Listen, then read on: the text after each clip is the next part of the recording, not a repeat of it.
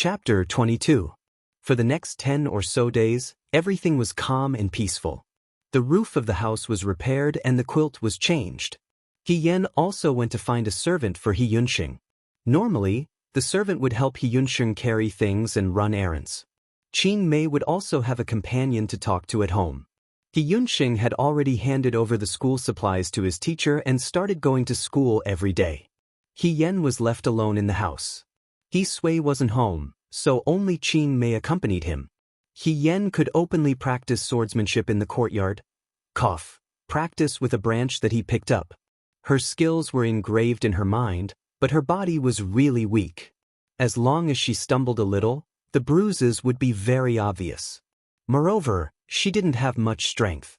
Although He Yan had deliberately practiced a lot, compared to before, she was still too weak. It wasn't good to go to the battlefield with this body. He Yan sighed in his heart and put down the branch. Young lady, Qing Mei trotted in. Someone came to deliver something again? He Yan frowned. Why did they come again? This servant also doesn't know. They left after putting down the things. Qing Mei was in a difficult position. Young lady, what should we do now? When young master comes back from school and sees this, he will definitely be angry. The people who came to deliver the things were none other than the Fan family's servants. Ever since the day after she saw He Yan in the tailor shop, Fan Qing would send people to deliver things every few days. If it wasn't rouge, face powder, silk, satin, jewelry, or tonic soup, He Yan would always ask the Fan family's servants to return the things. He Yunxing ran into her several times and flew into a rage. He Yan's ears were about to grow calluses. Because of this, He Yan didn't go out these days. If he met Fan Qing again, He Yunxing would probably go to the Fan family's house and tear the roof off. Today, they were even more excessive. They actually left after putting down the things. What was the meaning of this? Was he so sure that she would accept it? He Yan said, throw it out. But, Qing Mei said awkwardly, they're all expensive silk jewelry. It's not good to throw them out. He Yan felt a headache coming on. Heavens above, she had lived like a man in her previous life and had never met such a persistent pursuer. Even though she later returned to the He family as a woman and got engaged to Su Zhiheng never overstepped the bounds. He even kept a distance from her, not to mention fawning on her so passionately. She didn't know how a girl would deal with this kind of situation. What if the Fan family doesn't take responsibility for such a valuable item? He Yan sighed and said, then I will personally return it to them. Qing Mei widened her eyes. Miss, are you going to the Fan family's door? Do you have any other good ideas? He Yan said, why don't you pack up and come with us? This servant also wants to go? Qing Mei shivered. Of course. He Yan looked at her strangely. I can't remember the way to the Fan family. She wasn't the real Miss He, so she didn't even know where the Fan family's door was. Naturally, she had to find someone to lead the way. However, looking at Qing Mei's lingering fear, it was obvious that the last time they went to the Fan family, it wasn't a good scene. Qing Mei was indeed worried. She still remembered the last time they went to the Fan family. He Yan's eyes were red and he almost killed himself in front of the Fan family's door. At that time, the old servant of the Fan family looked at them and said, people should know their own status. Don't always think about climbing up the social ladder. Don't always stare at the impossible. Otherwise, you will fall and become a joke. The sarcasm in her words was really harsh. In the end, He Yan couldn't catch his breath and fainted. He Sui asked the doctor to come back and take a look. The doctor said that it was a heart attack caused by anger. At that time, everyone thought that He Yan would be unable to recover from this setback. They didn't know how to live in the future. They didn't expect that when they woke up, their young miss would seem like a different person. She didn't mention Fan Qing at all. Even though she mentioned him now, Fan Qing came to pester her. She looked as if she wanted to make a clean break with him. Qing Mei was a bit gratified, but also a bit worried. He Yan patted her shoulder and comforted her. Don't worry. No one will bully you. Qing Mei inexplicably felt relieved. The two of them went out together. The Fan family's residence was very far from the He family's residence. They walked for a long time before they arrived. Qing Mei pointed at the vermilion door of a residence and said, "This is the Fan family." He Yan thought for a moment. "It's not convenient for me to go. You take these things and give them to the guard. Tell him that Master Fan ordered them to be delivered here. They must be delivered to Master Fan." Qing Mei nodded. "This servant understands." He Yan hid behind a pillar facing the street. He watched as Qing Mei walked to the guard's side. She said a few words to the guard, handed the basket of gifts to the guard, and then returned to his side. She smiled and said, "This servant has told you everything." "Well done," He Yan said. "Let's go back." In the Fan family's main residence, because they had just gotten married, the decorations inside were still bright red. The Fan family's grandmother, Tang Ying, was the eldest daughter of the manager. She had been spoiled since she was a child. Her temperament was arrogant and domineering. Because of her relationship with official Tang, everyone in the Fan family doted on her. Today, she had married into the Fan family for only a few months, but she had already become the head of the household. Everyone in the Fan family was her people. A manservant knocked on the door. "Come in." Tang Ying was sitting on the soft couch, admiring the embroidered noodles that had just been made. After the manservant entered, he first knelt down and kowtowed to Tang Ying. Then he said, "Young mistress, a maidservant came by just now and brought in a basket. She said that she wanted to give it to the young master." When Tang Ying heard this, she paused and looked at the manservant. "Maidservant? What basket? Bring it over and let me see." The manservant brought the basket forward. Tang Ying grabbed it and flipped it over a few times. When she saw that it was filled with women's silk fabrics, rouge and face powder, she was unable to restrain her anger. "What is this?" The manservant mumbled and didn't dare to speak. The personal maidservant next to her said, "These are all women's things." "Young mistress, the young master doesn't usually use these things. It must be that he wanted to curry favor and someone returned it to him." Tang Ying suddenly stood up and messed up the porcelain cups on the table. The porcelain shattered on the floor. Her expression was fierce. "Fan Cheng, that bastard." "Young mistress, the most important thing now is not to investigate the young master. We must not act rashly and alert the enemy," the personal maidservant reminded her. Tang Ying calmed down a little and said, "You're right. There's no such thing as guarding against thieves for 1,000 days. If she was from a good family, how could she hook up with Fan Cheng? I think that slut is just loosening the reins in order to grasp them better. Despicable." She ordered the manservant who had his head lowered and didn't speak. "For the next few days, follow Fan Cheng and see where he goes and who he meets. I want to see what kind of vixen has bewitched his heart.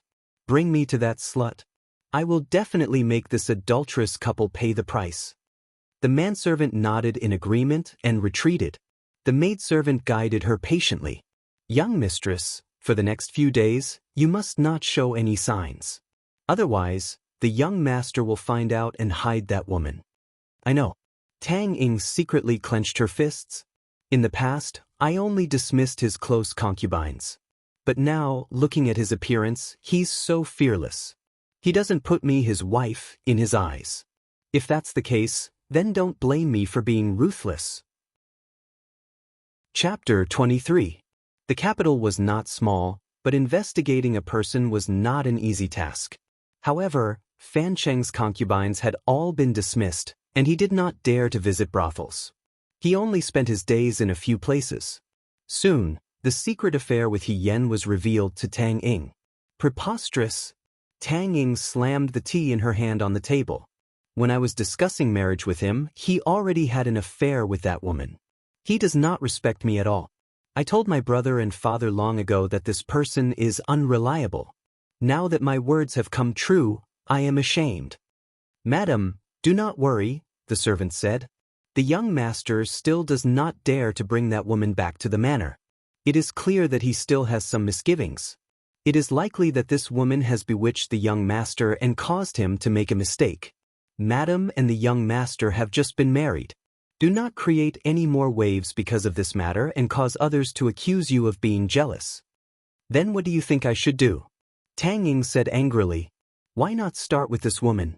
She is only the daughter of a guard at the city gates. She is still at Madame's mercy. You are right. After a while, Tang Ying calmed down. She is only a lowly woman. She has delusions of marrying into the Fan family and becoming the official wife. I will personally meet her. He Yen did not know anything about the twists and turns in the Fan manor. She was thinking about how to go to the conscription office to fill out the paperwork so that she could enter the military camp and follow them to Liangzhou. He Yunxing and He Sui would not understand how to find a good excuse for them. If she said that she wanted to make a name for herself, they would think that she was crazy. If she said that she wanted revenge, forget it, that would not do. He Yen turned over. Should he write a letter, just like that year, taking advantage of the dark and windy night when there was no one around to directly run away from home? The conscription deadline was in 2 days. If she did not fill out the paperwork, she would not have another chance. Just as she was thinking, Qing Mei came in with pastries. Seeing He Yen tossing and turning on the bed, she was shocked. Miss, you have been tossing and turning in bed all afternoon. Did you eat something bad? Shall I find someone to take a look at Miss? I'm fine. He Yen waved his hand. I'm just bored. He Yunxing thought he was noisy at home, but after he went to school he felt bored. Even if he practiced martial arts alone in the mansion, he would not be interested in it. He Yen felt that people were really strange. She had been a loner in the Su family for a whole year. She was alone all day long, but she had only been in the He family for a little more than a month, and she had already gotten used to He Yunxing's nagging by her side. He Yunxing was probably too good at talking. He Yen sat up and said, I'm going out for a while. Miss, where are you going? This servant will accompany you, Qing Mei hurriedly said. It's okay.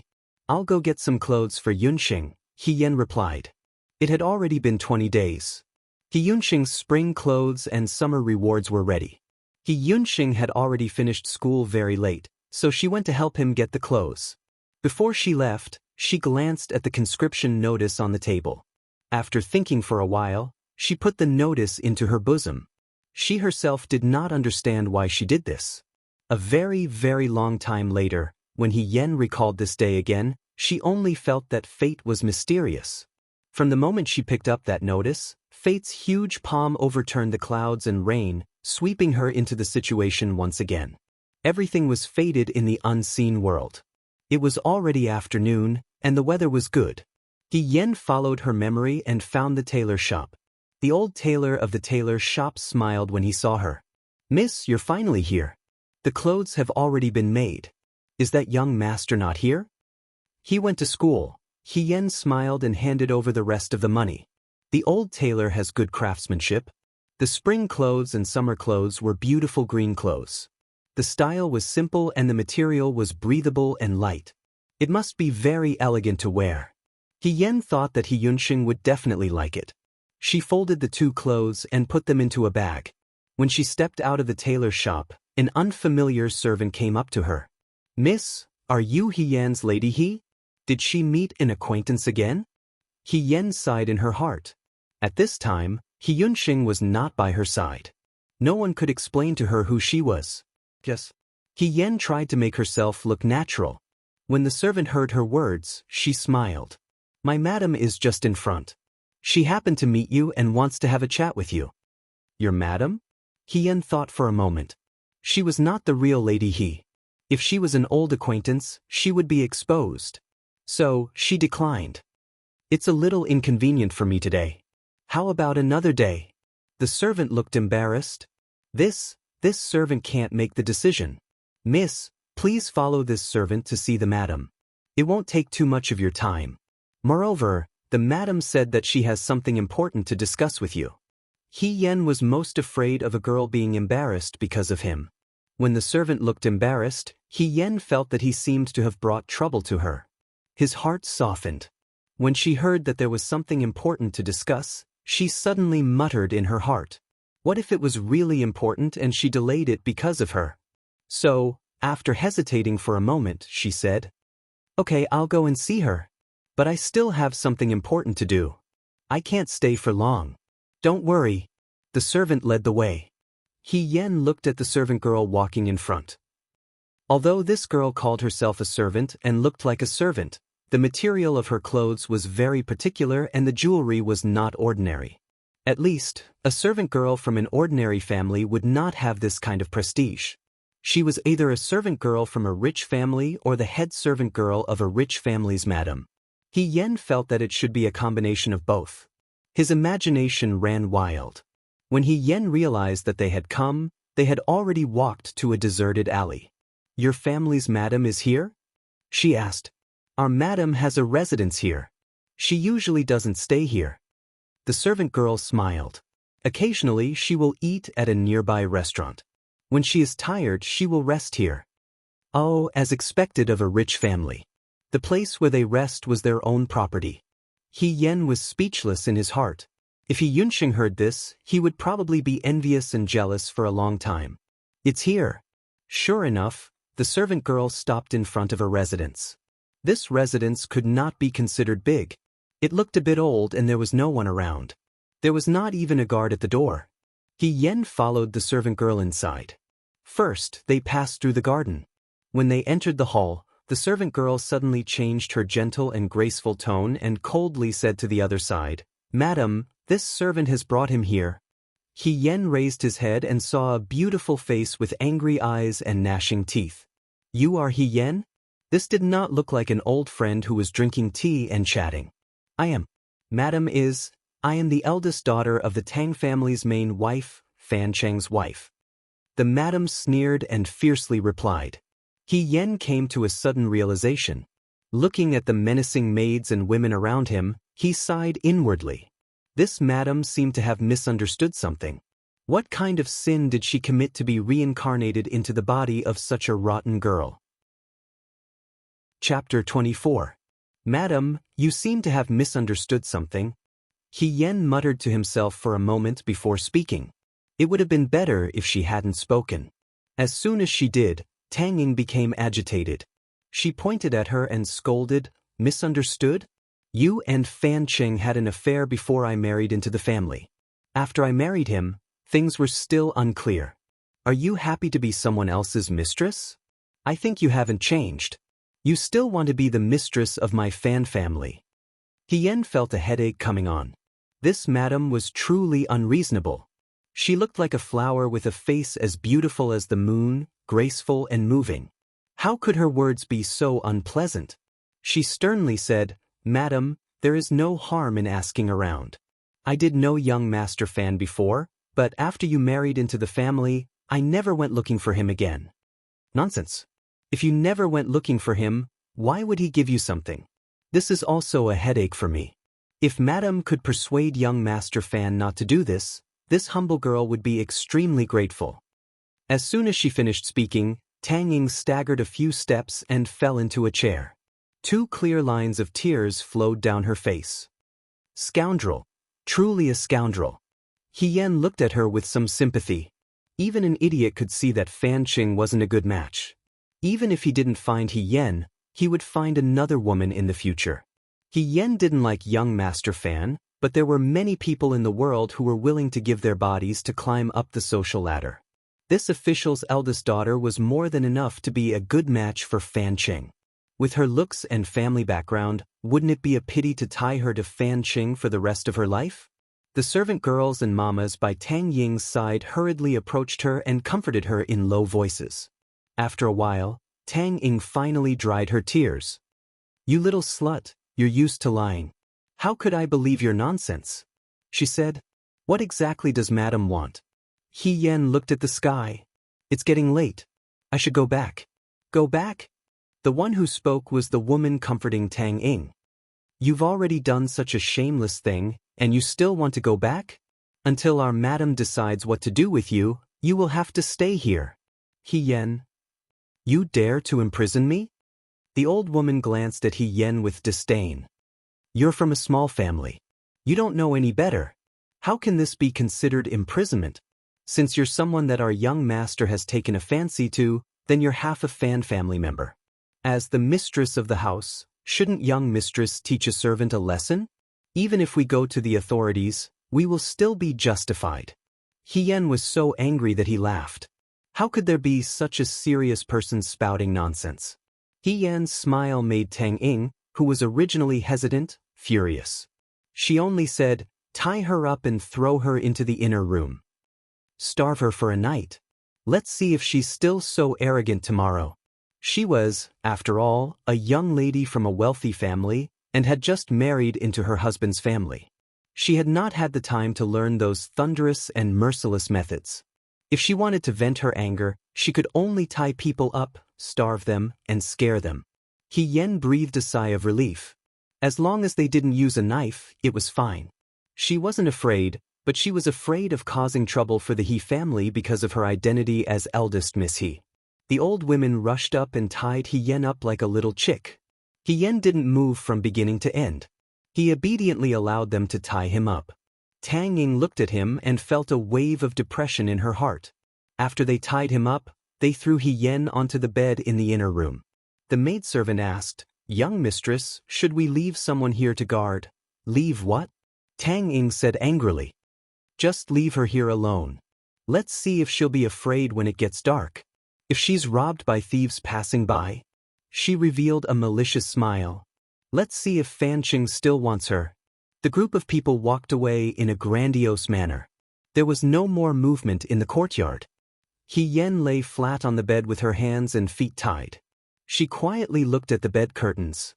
She didn't say that the bed was quite soft. The curtains were also carefully made with soft gauze. It seemed that young Mistress Fan treated her prisoner quite well. She suddenly sighed. Different people had different lives.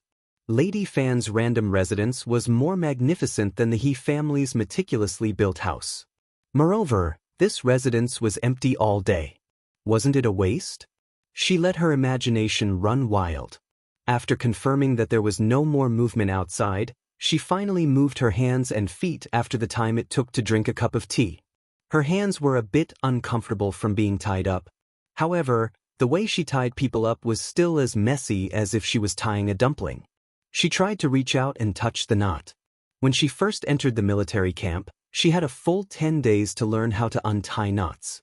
This kind of untied knot was the simplest. He Yen touched the shape of the knot. After confirming that she could untie it, she reached out to untie it. Who knew that just as she was about to move, she heard footsteps outside. The footsteps were very light. She had excellent hearing and could tell that it was a man. She stopped what she was doing and turned her head to look outside the door. Could it be that Tang Ying was right? Was there really a flower thief? The sound of footsteps approached step by step. He Yen also became a bit nervous. She felt in her sleeve for a long time and felt a sharp bamboo branch. It was too expensive to go to the weapons workshop to make a concealed weapon. Now that she was living frugally, she even had to pick bamboo to cut her own concealed weapon. He Yen thought about it and felt sad for herself. The sound of the footsteps arrived in front of her. The door was pushed open and a person dressed as a guard walked in. He didn't expect that He Yan's eyes were open and her mouth was gagged with a rag. She was quietly looking at him. He was startled and quickly walked over. He whispered in He Yan's ear, "Lady, he doesn't need to be afraid. Young master sent me to save you." So he wasn't here to pick flowers, but to save her life. That guard removed the rag from He Yan's mouth and carried He Yan on his shoulder, saying, "This servant will send you out first." He Yan wasn't used to this position. It made her feel as if she was a captive and was about to be beheaded by the enemy. However, the other person had good intentions, so she couldn't say anything. The guard took He Yen to a carriage. The carriage quickly left the Fan family's residence. He Yen didn't make a sound, which made the guard a bit scared.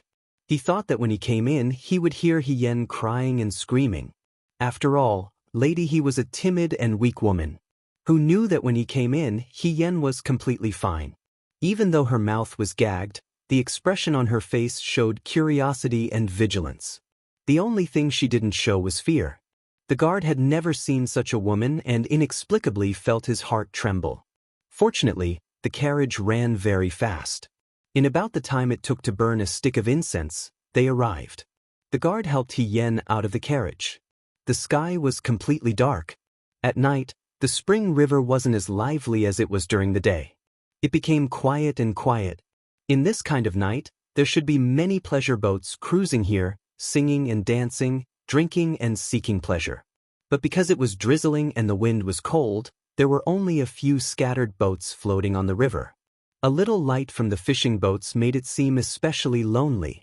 Yen raised her head. The dense rain fell on her face. It was cold and itchy. She looked into the distance and said, "Why did you bring me here?" The guard didn't dare to look at her face.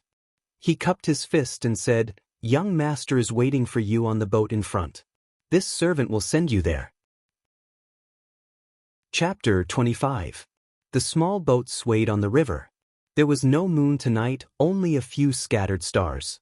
The river reflected the lights by the riverside, and one could vaguely see one's own shadow on the water.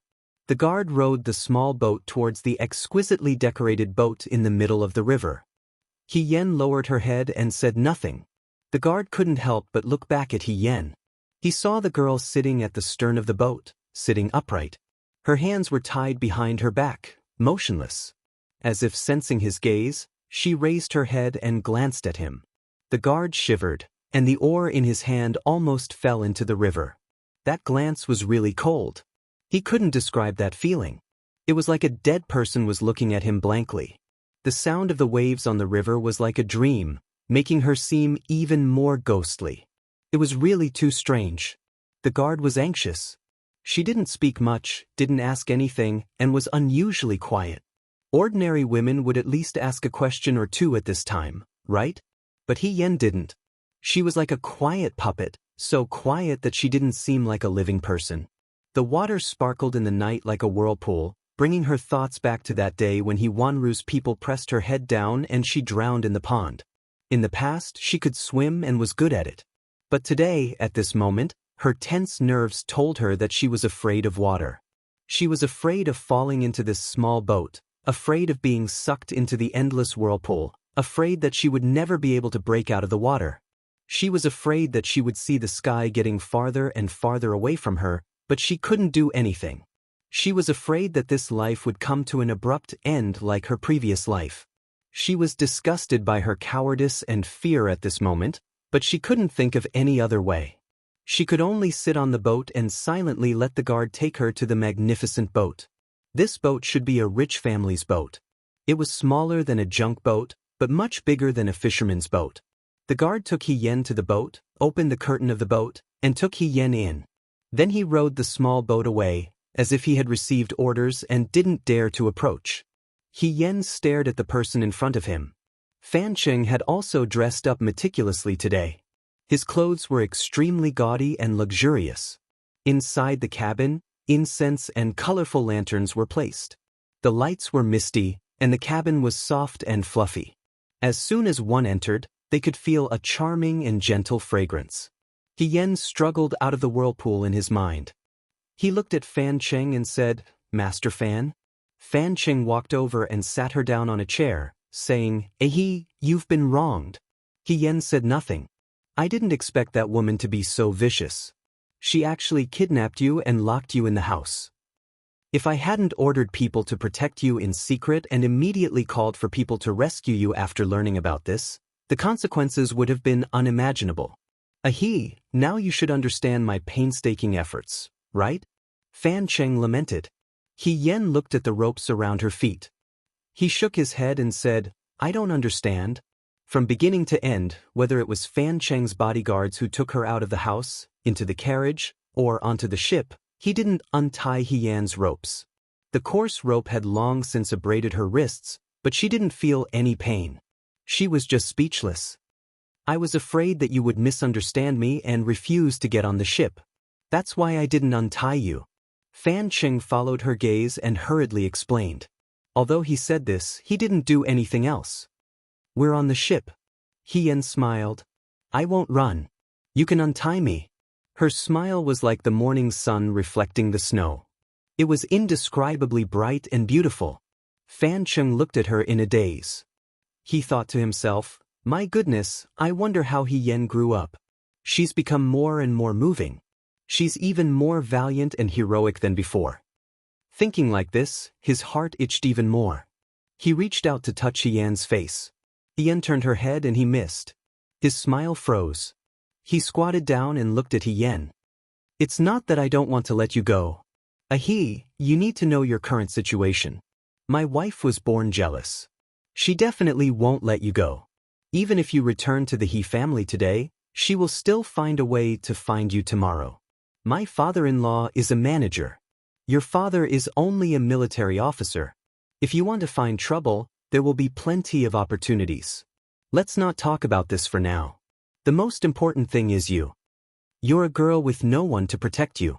Once she catches you, she will definitely find a way to torture you. I can't bear to see you like this. Fan Cheng looked at her affectionately. How can I just watch you suffer? Oh? Yan's tied hands were slowly undoing the ropes. She calmly asked in return, then what do you plan to do? Seeing that her tone had changed, Fan Cheng was overjoyed. Without thinking, he said, I want to hide you in a safe place. Normally, there will still be servants to serve you. This way, my wife won't be able to find you. After a long time, I will divorce that woman and bring you back to the Fan family. At that time, you will be the head wife of the Fan family. No one will dare to bully you. What? Yan asked. That's right. Fan Cheng touched his chest. I swear to you that you are the only one in my heart. If this marriage hadn't been set, I wouldn't have married her.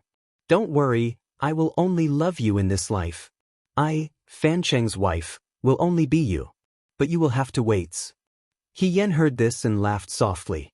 Fan Cheng was stunned. You want me to be your mistress, she said indifferently. If the real Lady He was here, she would have been moved to tears by this vow. But she wasn't Lady He. The onlooker sees more clearly than the person involved. If a man wanted to deceive a woman, he would say any kind of nonsense. Why would Fan Cheng want to take her as his head wife? He just wanted to deceive her first. She didn't know if Wanru looked at her the same way she looked at Lady He when she was focused on Su Zhiheng back then. Fan Cheng frowned. Master Fan, I've already made myself very clear. Since you're already married, I'll also let go of the past. From this bridge we'll go our separate ways. I have no intention of being your head wife, so I hope you won't pester me. After saying this, she loosened the knot on her hand and opened it. Fan Cheng didn't see the rope on the ground. He looked at her in surprise, then suddenly sneered. Yan, you really don't want to do things the hard way. I've been coaxing you nicely, but you're still angry. Pester me? There are so many women in the world. Why should I pester someone like you? But the time and effort I've spent on you can't be wasted. Master Fan, you wouldn't want me to give you silver, right? Yan found it funny. This master doesn't lack money. You can use yourself to repay me. He revealed a vulgar smile. If you serve me well, I might even reward you with some silver. Yan hadn't opened her mouth when she suddenly heard a furious voice. What kind of nonsense are you spouting? Yan looked over in surprise. The curtain was lifted, and a drenched person walked in with large strides. It was Yunsheng. Chapter 26. Yunsheng? Yan almost thought that her eyes were playing tricks on her. She looked again and confirmed that it was indeed Yunsheng. Yunsheng had already walked in front of her and stood in front of her to protect her. With one palm, he pushed Fan Cheng far away. How did you get up here? Fan Cheng finally managed to steady himself and shouted while pointing at him. His eyes were filled with disbelief. Of course I swam up here, Yunsheng said. He had just been scooped up from the water and his entire body was dripping wet. He crouched down to untie the ropes around Yan's feet. How did you know I was here? I was afraid that Fan Cheng would pester you, so I sent Shuang Qing back to keep watch. Who knew that I would see you being called away? Shuang Qing was the manservant that Yan had bought for Yunsheng. He usually accompanied him to the school. Shuang Qing followed me here and turned around to tell me. I ran and swam all the way here. Fortunately, I arrived in time. He untied the ropes around Yan's feet and was about to untie the ropes around Yan's hands. He didn't expect that the ropes around Yan's hands were loose. He felt that it was a bit strange, but he didn't think too much about it. He immediately stood up and glared at Fan Cheng. If I didn't arrive in time, what would this bastard have done to you? Done what? Fan Cheng finally regained his senses. He looked at Yunsheng and smiled fearlessly. Do you think that you can change anything by coming here? There was no one else on the boat other than the three of them. They were probably afraid that they would disturb Fan Cheng's mood. Even the bodyguards who had escorted He Yen here were nowhere to be found. They probably rowed a small boat far away and waited for Fan Cheng's orders after the matter was over. "Your sister will be mine sooner or later," Fan Cheng disdainfully said. "I think you guys are refusing a toast only to be forced to drink a forfeit. Don't be so shameless. Who was the one who thought of ways to climb into my bed? Now you're pretending to be a chaste woman." He Yunxing's expression changed when he heard that. He pounced on him and punched him. "You bastard!" Fan Cheng was almost knocked down by him. The boat shook violently because of his movement, causing He Yunxing to stagger. He Yen furrowed her brows. Just as she was about to help, she saw something flash in Fan Cheng's sleeve. It seemed to be a silver light. Her scalp tightened as she sternly said, "Yunting dodge." He Yunxing did not know what had happened and subconsciously turned over. The knife that Fan Cheng had taken out stabbed into his clothes. He Yunxing also broke out in cold sweat and said, "You dare to kill people? Why wouldn't I dare?" Fan Cheng's expression was ferocious. "If the son of a military officer dies, then so be it. When you're dead, I'll enslave your sister and make her my plaything every day. When I'm tired of her, I'll sell her to the building." He laughed. He Yan's eyes flashed with a trace of fierceness. She did not touch Fan Cheng because she was afraid of bringing trouble to the He family. But now, it seemed that whether she did or not, Fan Cheng would not leave the matter at that. He Yunxing was also furious. He simply turned around and slammed his head into Fan Cheng's stomach. Fan Cheng was caught off guard and was knocked down. The boat swayed and fell to the ground. He opened his mouth and was about to call for help when He Yen shouted, "Don't let him make a sound." Then she flew forward and stuffed the handkerchief on the table into Fan Cheng's mouth. Fan Cheng's mouth was gagged. He Yunxing had already ridden on his back and started punching him. He was originally a youth and had great strength. Although Fan Cheng's mouth was fierce, how could he really be his opponent? Gradually, he stopped struggling. "Yunxing, that's enough." He Yen stopped him. "If you continue hitting him, he'll die. It's good that he's dead." He Yunxing gritted his teeth. "If he's dead, he won't miss you. Then the He family will be in trouble." He Yen pulled his hand away. "Get him up first." He Yunxing climbed up from Fan Cheng's back. Fan Cheng faced the ground and did not move. He Yunxing stretched out his leg and kicked him. "Get up, don't play dead." Fan Cheng still did not move. "You're dead after just 2 hits. You really know how to extort people." He Yunxing mocked and wanted to kick Fan Cheng up. But when he moved, he suddenly saw a red cloud gradually appear near his feet where Fan Cheng was lying. He said, He Yen was carefully listening to the movements outside. Just now, the boat was shaking, so he didn't know if Fan Cheng's bodyguard saw it. But now, it didn't seem like anything was wrong. Perhaps they thought it was Fan Cheng's interest? At this moment, He Yunxing's expression suddenly changed. He looked at it strangely and froze. After a moment, she crouched down and calmly flipped Fan Cheng over. "Ah!" He Yunxing let out a short cry. He quickly covered his mouth and swallowed the rest of the sound back into his throat. He looked in front of him in disbelief. Fan Cheng was flipped over and laid on the ground.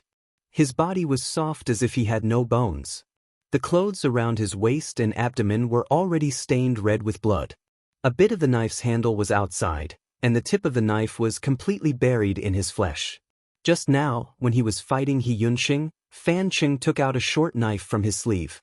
Later on, when the boat was shaking, the knife fell to the ground. He Yunxing bumped into him, causing him to fall down. Coincidentally, in a daze, the knife stabbed into his own abdomen. Originally, it shouldn't have been that deep, but He Yunxing still pressed him to the ground and beat him with his fists. As a result, the entire knife stabbed into his abdomen and he breathed his last. He Yunxing was so scared that his legs went soft. He fell to the ground and said in alarm, He can't be?" He Yen stretched out 2 fingers to check his breathing. She spat out 2 words, "He's dead." He Yunxing looked at her blankly, as if he didn't understand what she meant. After a moment, he sobbed and said in a daze, How did he die? What should we do?" The boat was still in the middle of the river, swaying and floating. There seemed to be no other light around them except for the lights on the boat. In the dead silence, He Yunsheng's choked sobs were particularly clear. He said, "What should we do? What should we do?" In the end, he was still a teenager. He had never killed a person, seen blood, and even had to take a detour to kill a fish. Although he spoke fiercely, he didn't expect that he would really take someone's life. He Yunsheng was already panicking. He repeatedly muttered the meaningless words, "What should we do?" He Yen frowned as she looked at Fan Cheng's corpse. She had killed too many people, but they were all enemies on the battlefield. She had never killed someone like this before. Although she was a little surprised, she didn't panic. She looked at He Yunsheng again. He was in a daze. He seemed to be crying and laughing at the same time. He shook Fan Cheng's corpse as if he wanted to wake him up. He had already lost his mind. Pa! A burning pain came from his face. It was like a wake-up call. He Yunsheng woke up from his confusion and looked at He Yen in front of him.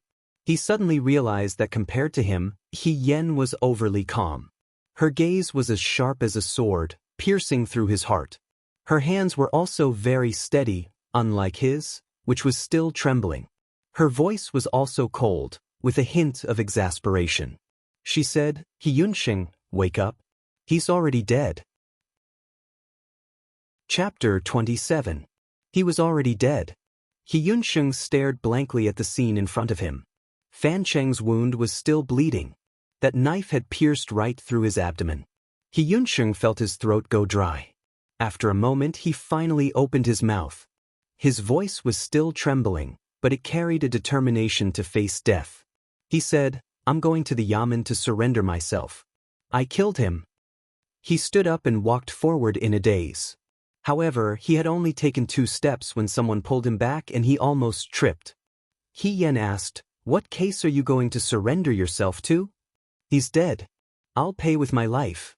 He Yunsheng choked out, "It's only right and proper. It's not worth it to pay with your life for this kind of person." He Yen glanced at Fan Cheng on the ground. "I originally thought that even if today passed, Fan Cheng wouldn't let this matter rest. Sooner or later, the He family would be in trouble. But now there's one less problem. Now that he's dead, at least the He family will have a lot more peace in the future." "Do you still remember what he said at that time?" He Yunsheng remembered that at that time, Fan Cheng wanted to kill him. He said, "When you're dead, I'll enslave your sister. Every day, she'll be my entertainment. When I'm tired of playing with her, I'll sell her to the brothel." He said such arrogant and conceited words as if it was only right and proper. "You should know that Fan Cheng didn't have to pay with his life for killing the 2 of us on this boat today. Why do you have to pay with your life just because you accidentally killed him? Our lives are like grass, and his life is especially precious." But He Yunsheng was still young and hot-blooded. It wasn't worth it to pay with his life for someone like Fan Cheng. "I'm not willing either." He Yunsheng heard this and grief filled his heart. He only said, "But do we have any other choice right now?" He Yunsheng's thinking was simple. He had killed Fan Cheng, and the Fan family had come knocking on his door. He would pay with his own life, and this matter would be settled. He Yen, on the other hand, knew that this was impossible. In her previous life, she came from a wealthy and influential family. Naturally, she knew that for a family like Fan Cheng's, even if He Yunsheng surrendered and paid with his life, the Fan family would not let the matter rest. He Sui and her, as well as Qing Mei and Shuang Qing, would not let any of them off. "Come here." He Yen patted him on the shoulder. He Yunsheng looked at her in confusion. "You said that you swam here. Are you good at swimming? Can you hold your breath?" He Yen asked. He Yunsheng nodded. "Sure. Change into my clothes and wait for my message. Jump off the boat, swim downstream, change into clean clothes, and sneak home. You have to be quick, okay?" He Yunsheng nodded in confusion, but then he shook his head and looked at He Yen. "What about you?" He Yen picked up the bundle from the ground. Inside the bundle were the new clothes that she had bought for He Yunsheng from the tailor shop. She said, "I'll change into a new set of clothes and lure them away." They referred to Fan Cheng's bodyguards. He Yunsheng was shocked and blurted out, "No? How are you going to lure them away? You're a woman. If they catch you, they will kill you. They will torture you. You don't even have the strength to trust a chicken. If you fall into their hands, you will suffer a fate worse than death. He was still rambling on when Hien pressed him on the shoulder. No, I can shake them off, she said. Under the dim light, the girl's gaze was clear and firm. At this time, she was even smiling. That smile was very relaxed. It inexplicably comforted He Yunxing's flustered heart, but it also made him want to cry. I can't let you go, He Yunxing muttered. Listen, Yunxing. You wear my clothes and jump off the boat. I will lure them away. Let's not see each other for the next 2 days. I have to lie low, so I can't go back to the He family. In 5 days, go to a tavern called Willow Spring House in the west of the city. There is a row of willow trees in front of the tavern. Find the 3rd willow tree from the left and dig 3 inches down. I will leave a letter for you there. We will meet again at that time, okay? He Yunxing shook his head. I can't let you go. You are not a child anymore. You are a man. In the future, you will carry the heavy burden of the He family. You have to calm down and do as I say. I will be fine. You know, I am fine every time, she said. He Yunxing was speechless. She was indeed fine every time. Whether it was Wang Jiugue, gambling at the casino, or horse racing at the school ground, she was always able to surprise people. But this time was different. This time, she was carrying a life on her back. You explain to father for me, He Yen said. After a while, Fan Cheng's bodyguards will come. We don't have much time. Hurry up and change your clothes, she said. Turn your back. I will take off my coat for you first. The boat quietly floated in the river. He Yunxing and He Yen faced each other again. Immediately, the two of them had changed their clothes. He Yen was wearing new men's clothes. Her hair was tied into a man's bun. She looked very handsome and had really become a handsome young man. He Yunxing was wearing He Yan's long dress. He didn't know where to put his hands and feet. He looked very awkward. He Yen laughed out loud. How can you still be in the mood to laugh at a time like this? He Yunxing had a lot on his mind. He was in no mood to bicker with He Yen. It's not the time for me to stop laughing. He Yen picked up a cloth from the ground and covered her face completely. Only her eyes were exposed. However, there was a smile in her eyes. You have to get used to this? Get used to this? What was this? Killing people and living as a fugitive. He Yunxing only felt tired. Along with it, there was a deep sense of worry and fear. When I count to 3, jump down. Do you understand? He Yen said. Don't worry about me. We will meet again. He Yunxing was about to walk to the bow of the boat. After taking 2 steps, he turned back and looked into He Yan's eyes. You will be fine, right? He Yen rubbed his head. The young man's hair was still dripping with water droplets from the water. It was cold and furry. She smiled and replied gently, of course. Chapter 28. The drizzle of rain seemed to be black as well. The sky and water met. In the gloomy sky, the flames of the fishing boats were bright and dim, as if they were ghosts from the other side. The last strum of the zither faded away, and the night became exceptionally quiet. At this moment, a woman's scream pierced through the long night. Murder, murder.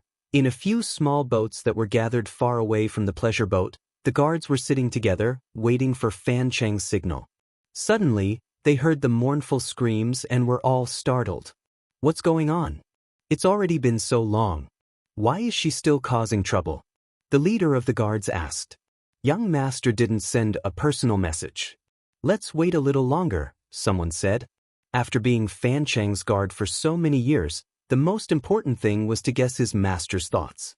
They were accustomed to this kind of thing. Fan Cheng had been the young master of the Fan family for so many years. Other than the women who threw themselves at him, he had also ruined many good families. Tonight's situation had already happened more than once. Those poor women would be kidnapped to the boat or the outer residence, allowing Fan Cheng to humiliate them. After the matter was done, he would give them some money to send them off. Those women were poor and had nowhere to cry out their grievances, so they could only let it go. He Yen would also become one of them. Originally, Lady He was deeply in love with Fan Cheng, so there was no need for her to go through so much trouble. who knew that after the commotion at the Fan family's door, she would really become angry and want to break off all ties with Fan Cheng. Fan Cheng's thoughts were aroused. If the soft approach didn't work, then he would use the hard approach. What these guards needed to do was to bring He Yen to Fan Cheng and deal with the aftermath. I feel that something's wrong. The leader of the guards stood up and stood at the bow of the boat to survey the situation. He saw that Fan Cheng's pleasure boat was violently swaying in the river. From the extent of the swaying, it seemed like someone was fighting inside. "No, there's a problem," he shouted. "Everyone get up. There's something wrong with the ship." The rest of the people were shocked and quickly rowed their small boats towards the boat. When they were still some distance away, they suddenly saw a woman running out of the boat. The woman was stumbling and her movements were panicked. It was He Yen. She seemed to be hiding from someone. She screamed and fell into the river. She was quickly submerged by the torrential river, almost without making any sound. Like too, she only stirred up a cluster of ripples on the surface of the water, and then there was no more movement. "Young master!" The guard couldn't help but call out. No one cared about He Yan's life or death. When the small boat was about to reach the boat, the leading imperial bodyguard used his lightness skill to sweep over the bow of the boat and climb onto the boat. He took a few steps into the boat and saw that there was someone on the boat with his back facing him. It was a man. His face was covered with a handkerchief and only his eyes were exposed. Under the dim lights, his face was blurry. And at his feet, Fan Cheng was lying on his back in a pool of blood. The masked man held a dagger in his hand. The imperial bodyguard was extremely shocked. He didn't expect that there would be another person on the boat. Looking at Fan Cheng, he was afraid that the odds were against him. For a moment he was shocked and angry. Without thinking, he threw himself at the masked man. "You dare!" The masked man sneered and began to fight with the imperial bodyguard. The sounds of fighting could be heard from the boat. The boat shook more and more violently. The rest of the imperial bodyguards also caught up to the boat. The masked man saw that there were many people on the other side and didn't continue to fight. He slashed the imperial bodyguard's sword and jumped into the river without thinking. "Catch him!" the imperial bodyguard leader shouted. "He killed young master." Everyone followed, but they found that the masked man was very cunning. The imperial bodyguards all boarded the boat. They thought that he had jumped into the river, but he actually boarded the small boat that they came from. This was the center of the river. Although there were people who knew how to swim, the night was too dark and it was difficult to avoid encountering danger. But the small boat was light and thin, so it moved very quickly with the current. The boat was slightly heavier, so even if several people paddled together, they were still half a step behind the masked man. One in front and one behind. In the drizzle, no one saw the fight in the middle of the river. When they were about to reach the shore, the masked man threw away the wooden paddle in his hand. With a tap of his foot, he jumped onto the shore and disappeared. The imperial bodyguard leader said, "Leave 2 people to go find the city guards. The rest of you follow me." Although it was night, it wasn't very late. Spring was coming, and there were still peddlers doing business on both sides of the river. They saw a masked man suddenly rush over from the dock. He came in a hurry and knocked over countless peddlers. Following behind him was a group of imperial bodyguards. Their murderous aura was very frightening. "What's going on? Why are you in such a hurry?" The peddler who had his stall knocked over didn't dare to say anything. He bent down to pick up the scattered fruits on the ground. "It seems like there's been a murder. Look at the people chasing after him. They aren't ordinary people. The heavens have pity on us. Why has it been so chaotic recently?" The water by the river had a fishy smell. Suddenly, a hand reached out from the water. First, it grabbed the Shirtu on the shore. Then, the whole person was pulled out of the water, bringing with him a fishy smell. Hyunshing's whole body was trembling. He didn't dare to move too early in case he was discovered. He dived under the water for a long time before he quietly swam downstream. At this moment, his face was pale and his lips were purple. He didn't know if it was because the river water was too cold for too long or because he was simply afraid. He was still tightly holding a basket in his hand. Inside the basket were the clothes that He Yen gave him in the tailor shop. It was the basket used to store snacks on the boat. He Yen put the clothes in the basket and covered him. The clothes were clean and not soaked by the water. He took off the woman's clothes, rolled them into a ball and threw them into the basket. Then, he tied a few pieces of shirt to the basket and threw the basket into the river. The river instantly swallowed up the basket. He changed into the new spring clothes. The clothes were very well made and the style was very beautiful. There was also a cloak of the same color, which was just enough to hide his wet hair. As he put on the clothes, his throat choked up. However, there was no extra time for him to be afraid here. He Yan's words were still in his ears. You have to change into clean clothes and sneak home. You have to be fast. He had to be fast. He staggered and took a small path, walking quickly in the direction of home. There seemed to be city guards in the city looking for people everywhere. He Yunxing walked and heard people talking on the street. I heard that someone on the boat died a horrible death. I don't know. It's the young master of a big family. Didn't you see the city guards looking for people everywhere? There are so many people. The murderer must have wings and can't escape. Maybe they have already caught him. Aya, the rain won't stop. My clothes are all wet. The discussion gradually faded away until it couldn't be heard anymore. Faster, a little faster. A young man in a green robe walked by the street. His spring clothes were still thin.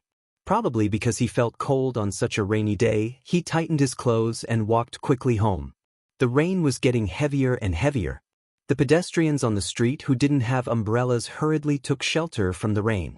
The hawkers hid under the eaves and shouted loudly. The pedestrians passing by took a look. There seemed to be no difference between tonight and last night. Sister? Someone whispered to himself. Like the spring night wind, it fell into the drizzle and disappeared without a trace. The young man buried his head and walked forward. He didn't look back. Tears fell down. Chapter 29. He went in that direction. Chase after him. The guard leader pointed at the garrison troops that had rushed over. The garrison troops had enough men and horses, so they chased in the direction he pointed. Fan Cheng's other guards looked at the leader. Someone asked in a trembling voice, "Young master is dead. What should we do?" As Fan Cheng's guards, they had failed to protect Fan Cheng. The Fan family would definitely hold them responsible. If it was light, they would be heavily punished. If it was heavy, they would be angered to the point of losing their lives. Who killed young master? Someone asked. I fought with that person before. He was very skilled. The leader clenched his fists. I wasn't his match. Did they come for young master? Heavens, who was it? Who knew? Fan Cheng had done so many evil things.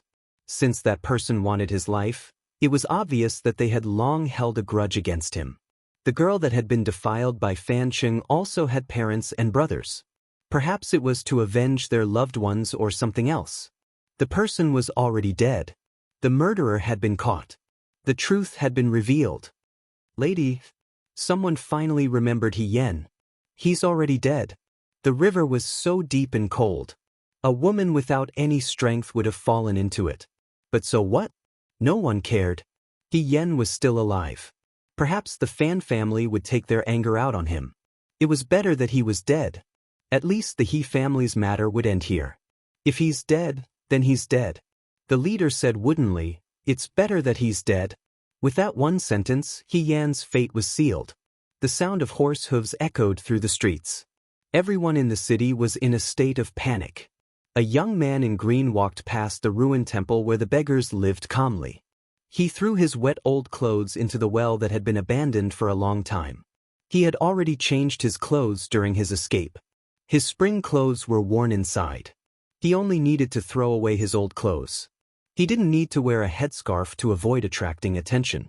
She touched the wall, and her hand was covered in a layer of dust. She patted her face with her hand that was covered in black dust, and her overly white face immediately darkened a little. She looked like a young man from an ordinary family who usually worked outside. But he was still a handsome young man. The young man walked forward unhurriedly. Behind him, the city guards were arresting people everywhere. He Yen was not as relaxed as he looked. Fan Cheng's bodyguards had fought with her before, so as long as they looked carefully, they would be able to recognize her figure. One's appearance could be disguised, But one's body couldn't be deceived. The capital's city guards weren't useless, so it wasn't easy to hide from them. Even if he ran into a rundown temple, as long as he interrogated the beggars, he would know that he was a stranger. There was also the matter of leaving the city. The city gates must have been sealed at this moment, and for the next month, there would be strict checks when entering and leaving the city. If they searched the houses one by one, they would be discovered sooner or later. What a headache. The Fan family was even more powerful than she had imagined. They had actually called so many people to chase after her. He Yen was not willing to give up his life in vain. He Yen was in imminent danger as the garrison troops came from every direction. All of a sudden, she thought of something and reached into her sleeve to take out something. The paper was already crumpled and wet from the rain, so it was almost impossible to see the words written on it. This was the conscription notice He Yunsheng had torn down from the wall that day. Conscription. The conscription office was in the open space outside the horse track on the west side of the city. Tents were set up there, and many people were filling in the paperwork and undergoing a simple inspection. When the time came, they would set off together. This time, they went to Liangzhou to recruit soldiers in a hurry, so it probably wouldn't be very strict. Even the age of the recruits wasn't at the prime of their lives. Unless the people who were willing to go were extremely poor, who would be willing to go and suffer in vain in a time of peace and prosperity. But this conscription notice came at just the right time. Now that she was a wanted criminal, it wasn't good for her to stay in the capital. If she was discovered, it would be even worse for the He family. Moreover, there didn't seem to be any benefits in staying in the capital. The He family was too far away from her, and the Su family was a high family that she couldn't reach. She still couldn't stand at the same height as them and ask for her own things. It was better to go to the barracks. She should go out of the city with the conscription team. That was where she should stay. There was always a way out. She was still thinking about how to find a reasonable reason to explain her departure to the He family's father and son. Now, she didn't need to think of other reasons because this was the only way. The conscription would end tomorrow. She just happened to be there the night before the deadline. He Yen smiled, and her mood was unusually relaxed. She no longer hesitated and walked in the direction of the horse track on the west side of the city with large strides. The horse track on the west side of the city was originally a horse farm, but since the conscription tents were set up here, the horses were all evacuated. In front of the long tent sat a red-faced man with a long saber on his waist. Because it was raining, he wore a felt hat on his head. His eyes were like copper bells, and he was imposing without being angry. He was dozing off intermittently. The conscription was coming to an end. After tomorrow, the newly recruited soldiers would follow them to Liangzhou.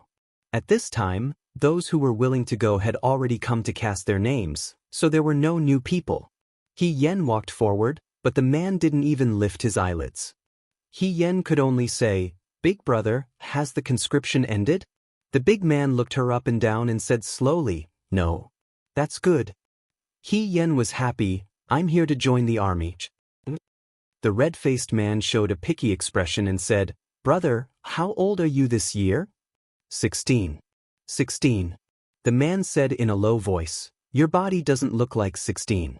Usually, you don't do any heavy work at home, right? Joining the army is not a joke. If you're joking, go back early. Don't waste my time." "Big brother, I really want to join the army." He Yen thought about the brothers who came out of the barracks in the past and imitated their mournful expression, "There is no one at home, and I can't survive. If I don't join the army, I can only sell myself as a servant. It's better to go to the battlefield. Either I die on the battlefield, or I get a merit and can change my way of life. Besides, big brother." She leaned closer and whispered, "Now that there is a sudden conscription, I'm afraid that there is not enough manpower. It's better to have one more person, and we can make up a round number." The man was moved by her words, and he thought that it was reasonable. He just wanted to quickly gather enough people to complete the task, so he said, "Okay. If you want to die, I won't stop you. But let me say the ugly words first. The barracks is not a place for pleasure. If you can't survive and want to be a deserter, you will be punished according to military law."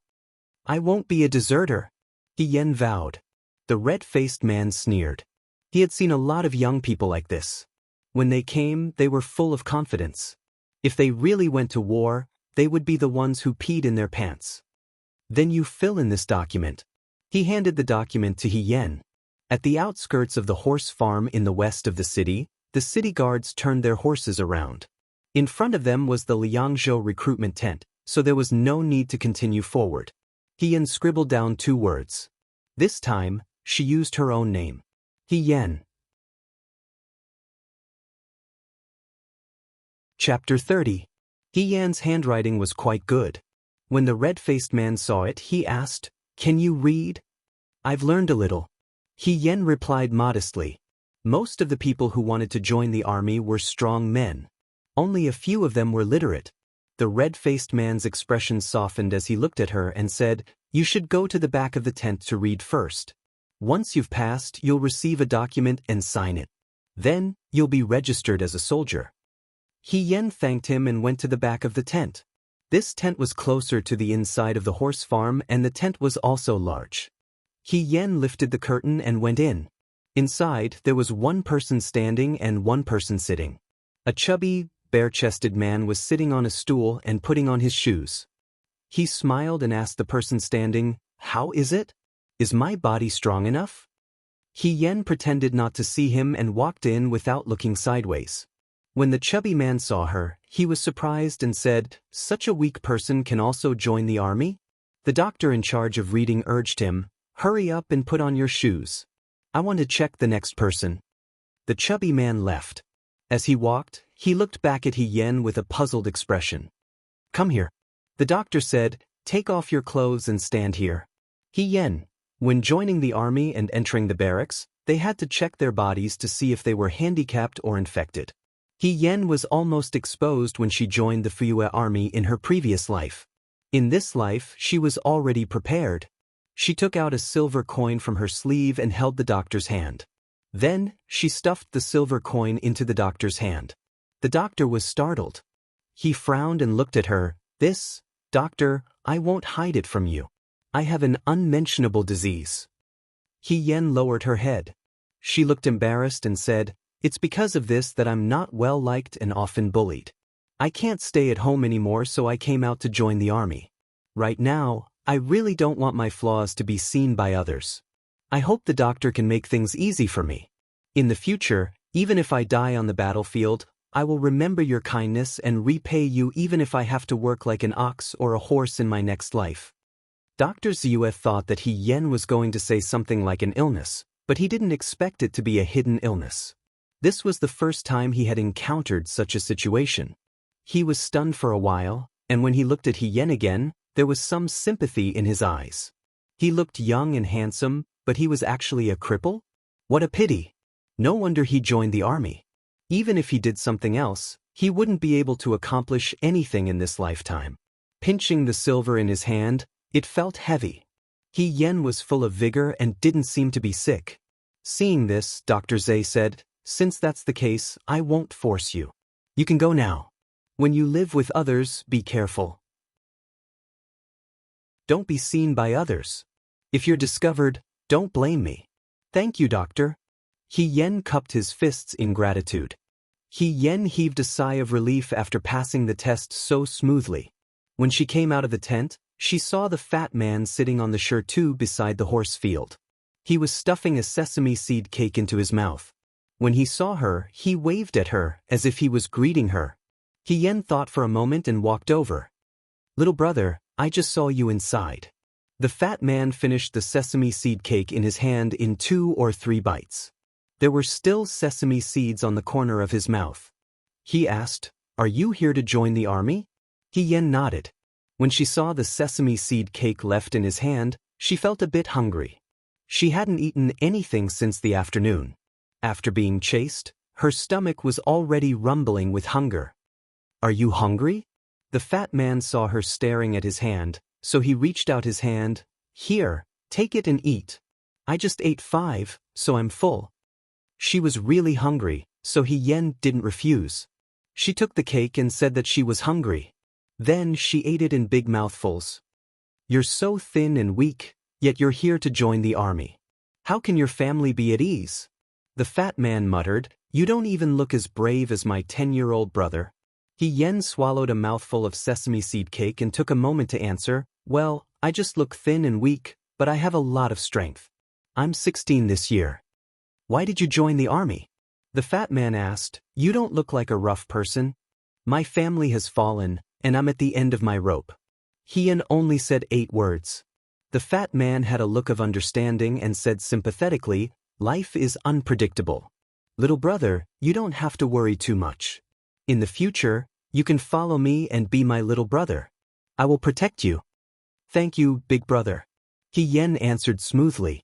This big brother pleased the fat man. He smiled and said, my surname is Hong Shan. You can call me Brother Shan in the future. Little brother, what's your surname? My surname is Yen. As in firewood. This surname is rare. In the future, I'll call you a he. But Yen nodded. While they were talking, she had already finished the sesame seed cake. She wiped her mouth, found a former stable, and sat down leaning against the railing. When Hong Shan saw this, he asked curiously, little brother, you're not going home? I'm not going back. Yen supported her head with both hands. I'm staying here. The sympathy in Hong Shan's eyes deepened. He sat down next to her and said, I have nowhere to go. Let's stay here for one night. After tomorrow, we'll set off together. That would be great. In the distance, the torches outside the tent were flickering in the rain, as if they were going to be extinguished in the next moment. The two of them sat in the darkness in silence, each thinking about something. I wonder how Yen is doing in Yunqing. Did he reach home safely? Yen thought to herself and unknowingly fell asleep. Countless things happened in the capital every day. No one paid attention to the affairs of the poor, but if it was related to the rich, everyone would know. Last night, there was a murder case on the Chunlai River. The young master of the Fan family in the capital was killed on a boat. The murderer escaped and disappeared. Until now, the culprit had not been caught. At that time, the daughter of the guard at the gate was also on the boat. She was also killed by the murderer and drowned in the river. With such a cruel murderer in the capital, everyone was in a state of panic. However, there were also people who clapped their hands and cheered. The young master of the Fan family had always used his family's power to deceive and defile the common girls. The girls did not dare to speak out when they suffered losses. Now that someone was enforcing justice, perhaps the heavens had opened their eyes. The He family was in a miserable state. Yen seemed to have aged 10 years overnight. He sat in the hall in a daze, like a clay statue. Qing Mei and Shuang Qing hid in the courtyard. Shuang Qing looked bitter. Qing Mei wiped her tears and whispered, why is it suddenly gone? In the simple stable, Yunqing sat next to Xiang Xiang. The fodder was the same as yesterday's. Yunqing was not in the mood to add more fodder. The horse was pacing back and forth a little irritably. Yunqing was unmoved. No news was good news. At least until now, Yen had not been caught. He remembered that on the boat, the night rain covered the smell of blood. He was confused and helpless. The girl in the long dress had bright eyes. She touched his head and said to him, you know, I'm fine every time. This time, it will be fine, definitely. Chapter 31. Spring was coming to an end, and even the rain was beginning to have the heat of summer. The last day of the conscription had ended. The long tabs for filling in paperwork at the racetrack had been closed and were replaced by countless small tabs. After bidding farewell to their families, the other recruits had already gathered. After tonight, they would set off for Liangzhou the next morning. The tent was very small, and it was barely enough for a few people to squeeze in. Yen and Hong Shan sat next to each other. Hong Shan had taken a slightly larger tent, and because they didn't have much luggage, it was quite spacious. From last night to tonight, Yen had stayed here for an entire day. Here, they would give him steamed buns to eat, 2 at a time. When they settled down in Liangzhou, they would give him more. There was nothing else, except that it was inconvenient to go to the outhouse. Yen had to wait until it was late at night, when no one was around, to sneak in. As soon as she came out of the outhouse, she walked to her tent and lifted the flap. There were two more people inside. Hong Shan was talking to them.